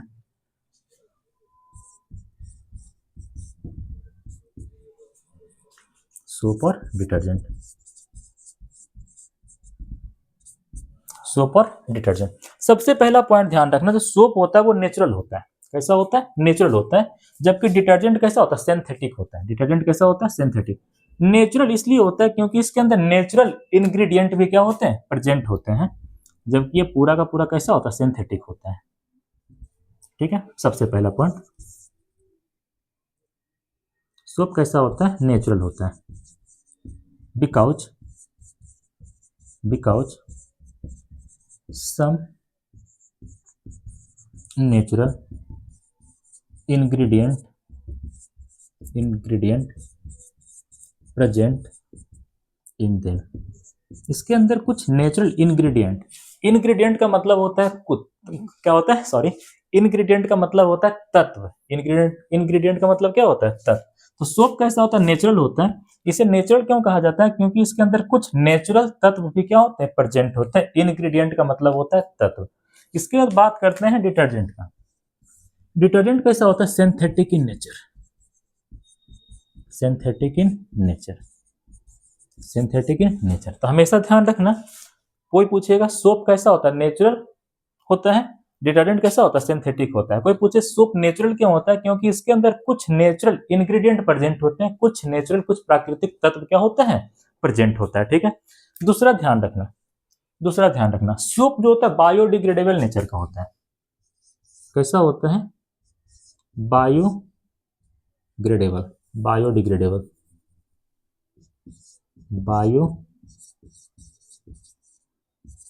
Biodegradable in nature.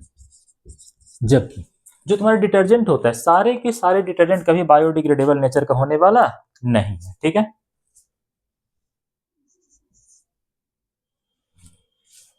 Not all detergents are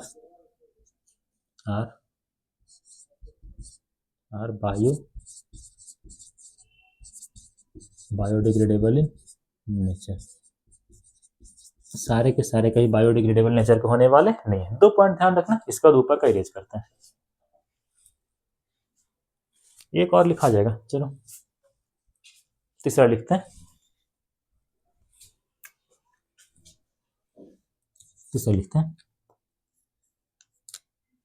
dissolution time, कोई दिक्कत नहीं, सब समझाएंगे। Is more, dissolution time is more. ये देखना, dissolution time is less. Dissolution का मतलब होता है घुल जाना। डिजोल्यूशन का मतलब क्या होता है? घुल जाना। ये जल्दी से पानी में घुलने वाला नहीं है, ज्यादा समय लेता है घुलने में। जबकि अगर तुम बात करोगे डिटर्जेंट का, तो जल्दी से पानी के अंदर क्या होता है? घुल जाता है। वही लिखें, सोप का डिजोल्यूशन टाइम कैसा होता है? ज्यादा होता है। डिटर्जेंट का डिजोल्यूशन टाइम कैसा होता है? कम होता है। ये तुरंत के तुरंत पानी के अंदर घुलेगा, जबकि इसे घुलने में थोड़ा सा समय लगेगा। तो 3 पॉइंट ध्यान रखना। सोप कैसा होता है? नेचुरल होता है। क्यों नेचुरल कहा गया है? क्योंकि इसके अंदर कुछ प्राकृतिक तत्व प्रेजेंट होता है। तो एक बार फिर से, सोप कैसा होता है? नेचुरल होता है, क्योंकि इसके अंदर कुछ प्राकृतिक तत्व क्या होता है? प्रेजेंट होता है। डिटर्जेंट कैसा होता है? सिंथेटिक होता है, आर्टिफिशियल होता है। ठीक है, ये कैसा होता है? बायोडिग्रेडेबल नेचर का होता है। नेचर के अंदर खुद से सड़ गल के खत्म हो सकता है। जबकि सारे के सारे डिटर्जेंट बायोडिग्रेडेबल नेचर का नहीं होता है। कुछ डिटर्जेंट सड़ करके खुद से नेचर के अंदर खत्म हो सकता है, सारे खत्म होने वाले नहीं है। ये पानी के अंदर घुलने में थोड़ा सा समय लेता है, थोड़ा वक्त लेता है, जबकि पानी के अंदर तुरंत घुल जाता है। 3 पॉइंट ध्यान रखना। चौथा लिखवा रहा है। सर क्लास बहुत लंबा हो गया, कोई दिक्कत नहीं, 2 बार में देख लेना। किसी बच्चे को दिक्कत हो रहा है तो आगे आके बैठ सकता है, कोई दिक्कत की बात नहीं। आगे मेरे पास बेंच खाली है यहाँ पे, बिल्कुल बिल्कुल, क्यों नहीं।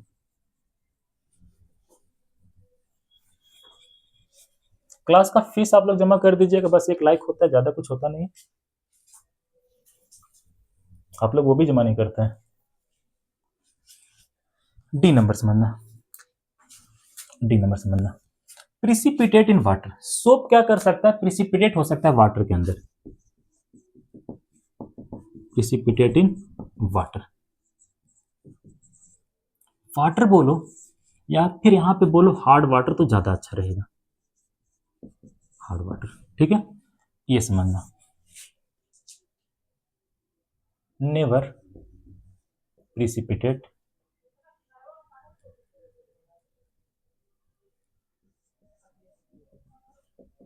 Never precipitate in water, in water. देखो प्रिसिपिटेट का मतलब होता है कोई सॉलिड रेसिड्यू का फॉर्मेशन होना, क्या होना, सॉलिड रेसिड्यू का फॉर्मेशन होना। देखा गया है कि अगर तुम सोप को हार्ड वाटर के साथ यूज करोगे तो कोई सॉलिड चीज का फॉर्मेशन होगा जो कि बिल्कुल जो तुम्हारा बर्तन होगा उसके बॉटम सरफेस पे जाकर के सेटल डाउन हो जाएगा। उसी सॉलिड रेसिड्यू को हम लोग क्या कहते हैं, प्रिसिपिटेट कहते हैं। क्या कहते हैं, प्रिसिपिटेट कहते हैं।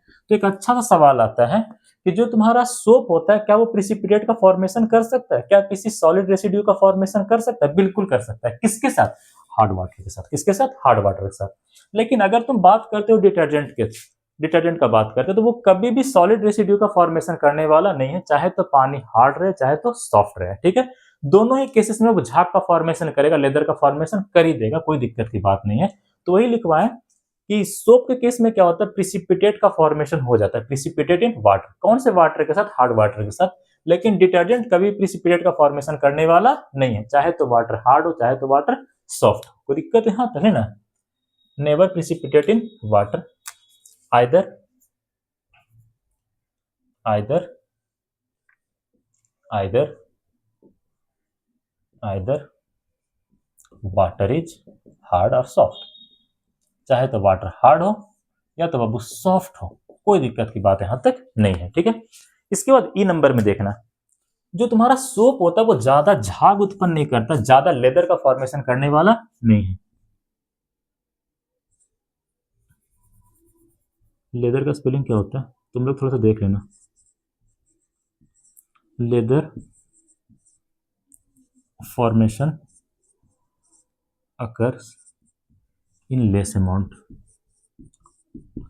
कम मात्रा में झाग का फॉर्मेशन बेचारा करता है।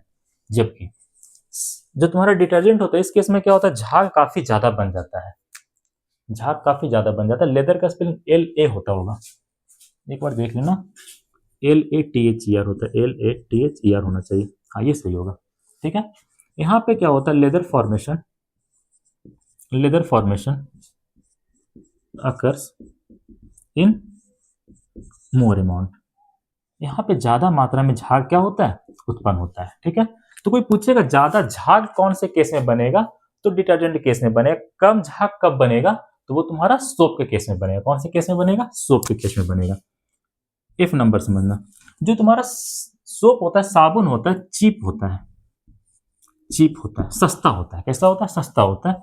लेकिन अगर तुम बात करोगे किसका, डिटर्जेंट का, तो वो बेचारा महंगा होता है, एक्सपेंसिव होता है। कैसा होता है, एक्सपेंसिव होता है। कैसा होता है, एक्सपेंसिव होता है। कैसा होता है बेचारा, एक्सपेंसिव होता है, थोड़ा महंगा होता है, ठीक है।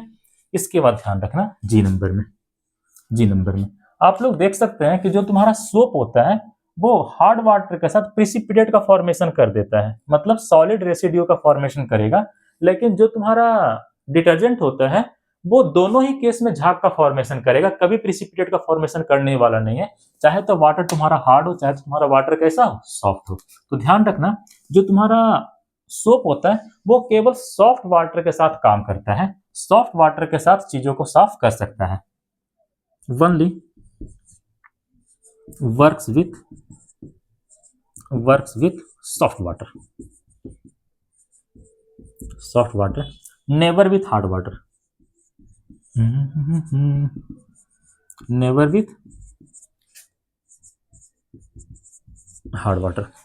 With hard water. इसको भी रेज करते हैं दोस्त,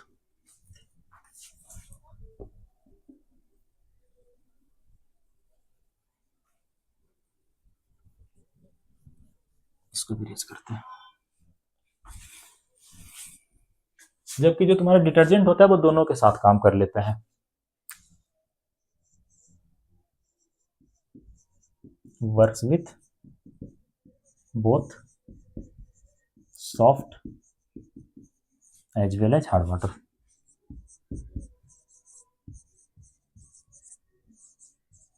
दोनों के साथ काम करता है, सॉफ्ट वाटर के साथ भी और हार्ड वाटर के साथ भी काम करेगा। कोई दिक्कत यहाँ तक है ना। यहाँ पे सोप के केस में मेनली कौन सा साल्ट यूज होता है? Sodium stearate. कौन सा साल्ट? Sodium stearate. Mainly sodium stearate is used here, ठीक है। C17H35 COO Na। याद करने का सबसे अच्छा तरीका क्या होता है सर? कुछ नहीं, चीज़ों को लिखते रहिए, रिवाइज करते रहिए, वही याद करने का तरीका होता है। और कोई ऐसा दवाई नहीं आता है। एक आयुर्वेदिक में बहुत अच्छा दवाई आता है, नाम होता है दिमागीन। क्या नाम होता है? दिमागीन। कहा जाता है उसे खाने से दिमाग बढ़ता है। तो हम तो अभी तक ट्राई नहीं किए, कभी आप लोग करना चाहें तो कर सकते हैं, ठीक है। आप कहाँ से सुने थे? हम भी कहीं यूट्यूब पे ही सुने थे, कोई अच्छे से टीचर बोल रहे थे, बस उन्हीं का हमने कॉपी किया और कुछ नहीं किया है, ठीक है। तो दवाई का नाम क्या है? दिमागीन। क्या नाम है? दिमागीन। आयुर्वेदिक मेडिसिन है। यहाँ पे सॉल्ट के रूप में किसका यूज करते हैं? Mainly sodium lauryl sulphate is used here.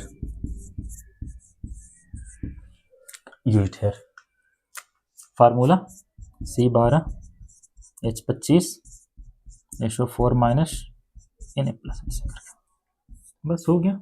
और भी डिफिनेशन लिखना चाहते हो तो इधर सोप का डिफाइन लिख देना, इधर क्या कर देना? डिफाइन कर देना सोप को। जो डेफिनेशन स्टार्टिंग में लिखा थे क्लास के सबसे स्टार्टिंग, वही डेफिनेशन लिखवाए थे। इधर भी क्या लिख देना? डिफाइन कर देना डिटर्जेंट को। हो गया। डिटर्जेंट को क्या कर देना? डिफाइन कर देना। थोड़ा सा पानी पी लेते हैं, फिर आगे समझाते हैं।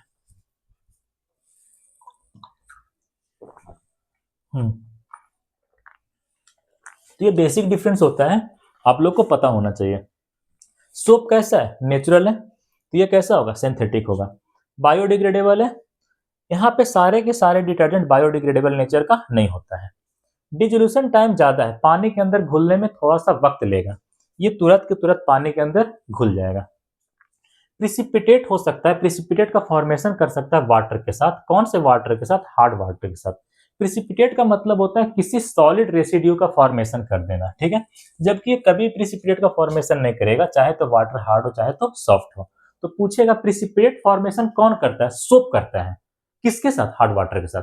प्रिसिपिटेट फॉर्मेशन कौन करता है? सोप करता है। किसके साथ? हार्ड वाटर के साथ। प्रिसिपिटेट फॉर्मेशन कौन नहीं करता है? डिटर्जेंट का भी प्रिसिपिटेट फॉर्मेशन करने वाला नहीं है, चाहे तो वाटर हार्ड हो चाहे तो सॉफ्ट हो, ठीक है। इसके बाद ध्यान रखना, यहाँ पे झाग थोड़ा कम मात्रा में बनता है, लेदर थोड़ा कम मात्रा में उत्पन्न होते हैं। लेकिन डिटर्जेंट के केस में जो लेदर होता है, झाग काफी ज्यादा बनता है, काफी ज्यादा झाग देखने को मिलेगा। सोप थोड़ा सा सस्ता होता है, ये थोड़ा सा महंगा होता है। एक्सपेंसिव का मतलब होता है महंगा।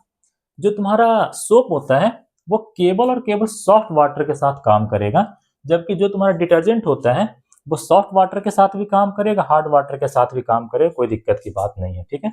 यहाँ पे सॉल्ट के रूप में हम मुख्यतः किसका यूज करते हैं? सोडियम एस्टेरेट का। किसका यूज करते हैं? सोडियम एस्टेरेट का। यहाँ पे किसका यूज करते हैं? सोडियम लॉयरल सल्फेट का। किसका यूज करेंगे? सोडियम लॉयरल सल्फेट का। इतने के बाद भी अगर एग्जामिनर का मन नहीं भरा, आपका भी मन नहीं भरा, तो अंत में डिफाइन करके चलाना। इधर सोप का डेफिनेशन लिख देना, इधर डिटर्जेंट का डेफिनेशन लिख देना। तुम लोग ऐसा मत लिख देना आई नंबर करके डिफाइन सोप, एग्जामिनर भी शॉक हो जाएगा ये क्या लिखा हुआ है, ठीक है। खैर वो तो समझ जाएगा कि इधर क्या करना है, सोप को डिफाइन करना है, इधर क्या करना है, डिटर्जेंट को डिफाइन करना है, लेकिन वो नंबर काट लेगा। तो यहाँ पे क्या लिखना है आपको? डिटर्जेंट के बारे में डिफिनेशन लिख के आना है, यहाँ पे सोप का डिफिनेशन लिख के आना है, वो भी एक तरह का डिफरेंस बना करके आपको दे देगा। कोई दिक्कत यहाँ तक नहीं ना? यहाँ तक नोट करिए, फिर आगे चलते हैं। नीचे का इरेज करते हैं, पहले देख लेते हैं नीचे कैप्चर हुआ ना। बहुत अच्छा। आज एक बार भी नहीं कटा है लेक्चर मेरा।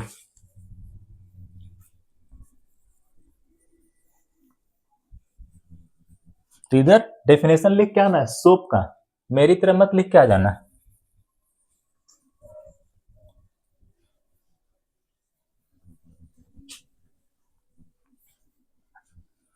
डिटर्जेंट का यूज कहाँ करते हैं? डिटर्जेंट का यूज करते हैं शैम्पू बनाने में और कुछ दूसरे साफ करने वाले प्रोडक्ट का फॉर्मेशन करने में। कोई पूछेगा डिटर्जेंट का यूज कहाँ करते हैं? शैम्पू बनाने में। क्या बनाने में? शैम्पू बनाने में। नोट पॉइंट करके ध्यान रखना। Detergents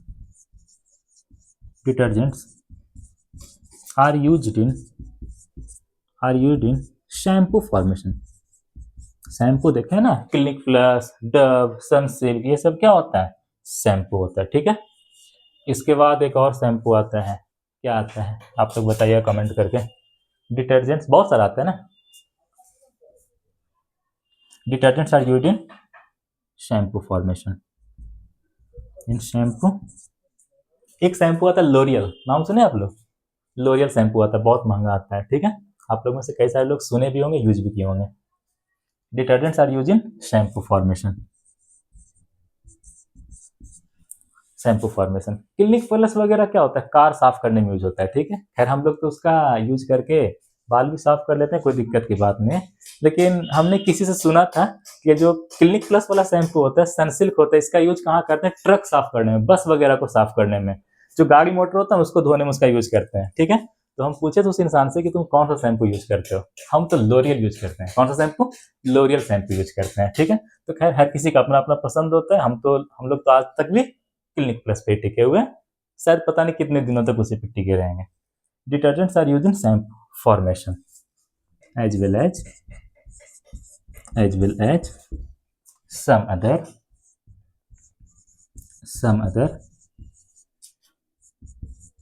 cleaning agents.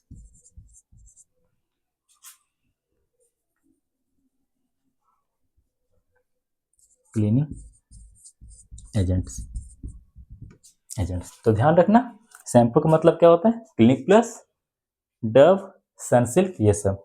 स्टैंडर्ड लोगों के लिए लोरियल। ठीक है, वो लोग क्लिनिक प्लस, डव, सनसिल्क, इन सारे शैम्पू का यूज कहाँ करते हैं? कार साफ करने में, बाइक साफ करने में, बस साफ करने में, ट्रक वगैरह धोने में। ठीक है, तो हर किसी का अपना अपना होता है, इसको नोट करना। फिर आगे चलते हैं। डिटर्जेंट का यूज कहाँ करते हैं? शैम्पू बनाने में, कुछ दूसरा क्लीनिंग एजेंट का फॉर्मेशन करने में। Formation as well as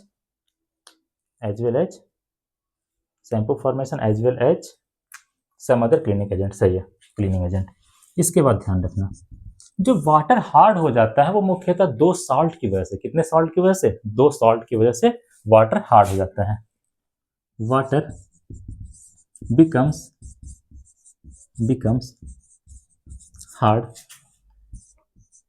only due to presence of calcium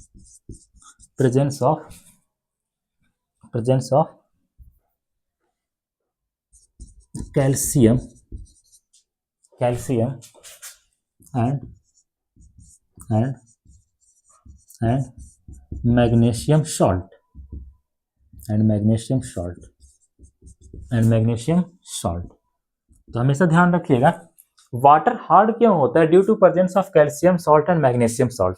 बात आता है कि सर कैल्शियम सॉल्ट के रूप में प्रेजेंट क्या रहेगा? एग्जाम्पल ध्यान देना, प्रेजेंट रह सकता है CaCl2, कैल्शियम क्लोराइड। इसका नाम क्या होता है? Calcium chloride. तो एक बार फिर से सारे बच्चे बताएंगे, हम लोग कौन सा शैम्पू यूज करते हैं? डव, क्लिनिक प्लस और सनसिल्क। स्टैंडर्ड लोग लोरियल, वो लोग डव, सनसिल्क, क्लिनिक प्लस का यूज कहाँ करते हैं? बस को साफ करने में, ट्रक को साफ करने में, बाइक धोने में। ठीक है, खैर चलो आगे चलते हैं। और क्या होता है? MgCl2, ETC। अरे ETC नहीं लगाना यहाँ पे, और हो सकता है, मतलब ये दोनों ध्यान रखना। ठीक है, तुम्हारे सिलेबस में ये दोनों दिया हुआ है। मैग्नीशियम क्लोराइड, ETC लगाएं, कोई दिक्कत की बात नहीं है। मैग्नीशियम क्लोराइड, कोई दिक्कत है यहाँ तक, है ना? तो इतना इन्फॉर्मेशन हर बच्चे के पास होना चाहिए। सोप कभी भी हार्ड वाटर के साथ अपना काम करने वाला नहीं है। सोप को अगर हार्ड वाटर के साथ यूज करवाएंगे ना तो स्कम का फॉर्मेशन कर देगा, प्रिसिपिटेट का फॉर्मेशन कर देगा। कैसे करेगा वो भी करके बताते हैं। लेक्चर खत्म हो रहा है, ज्यादा कुछ है नहीं इसमें, बस इतना लिखवाना खत्म। देख लो कितना थोड़ा सा इरेज किया है। चलिए,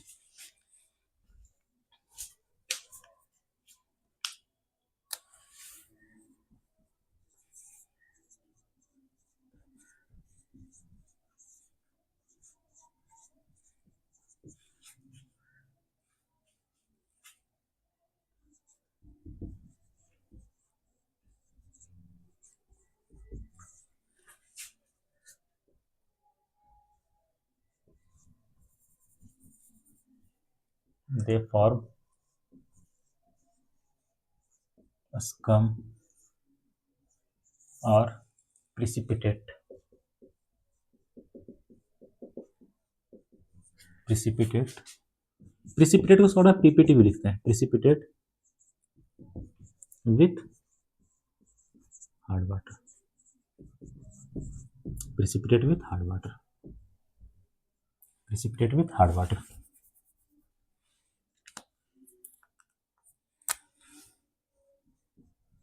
कैसे करेगा रिएक्शन, अब देख लेते हैं।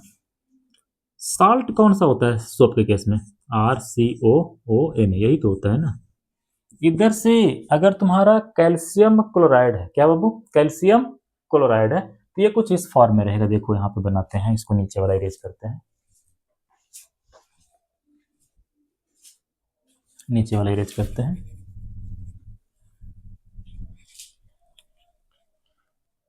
चलो इसको भी इरेज कर देते हैं।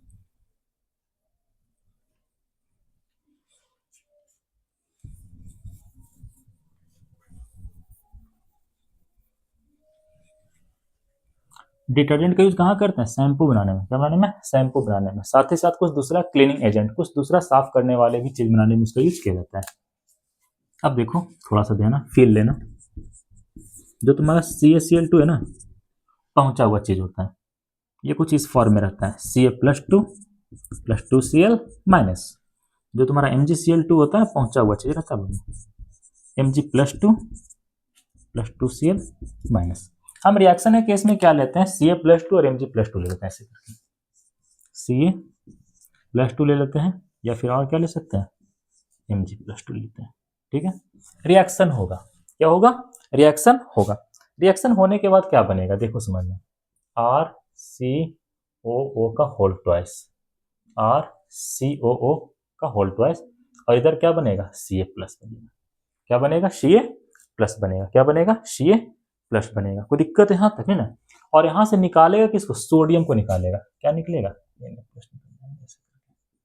कोई दिक्कत यहाँ तक नहीं ना? अगर यहाँ पे मैग्नीशियम लेते तो क्या बनता? मैग्नीशियम लेते तो क्या बनता?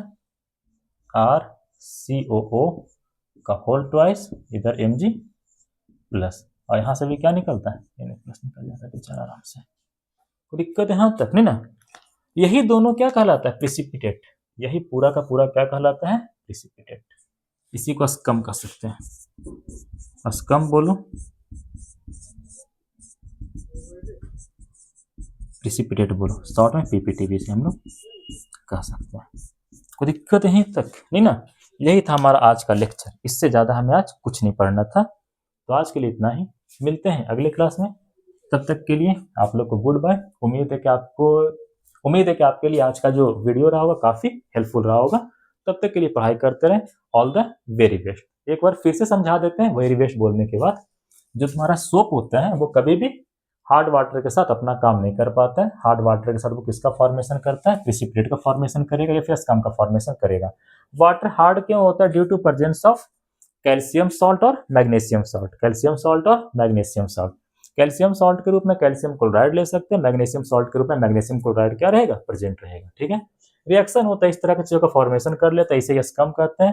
प्रिसिपिटेट बोलो, Na+ क्या होता है? अलग होता है। तो उम्मीद है आपके लिए आज का वीडियो हेल्पफुल रहा होगा। पूरा का पूरा सोप डिटर्जेंट खत्म हो गया, आपका कार्बन एंड इट्स कंपाउंड वाला चैप्टर भी खत्म हो गया। मिलते हैं अगले क्लास में किसी नए चैप्टर के साथ, तब तक के लिए पढ़ाई करते हैं। All the very best.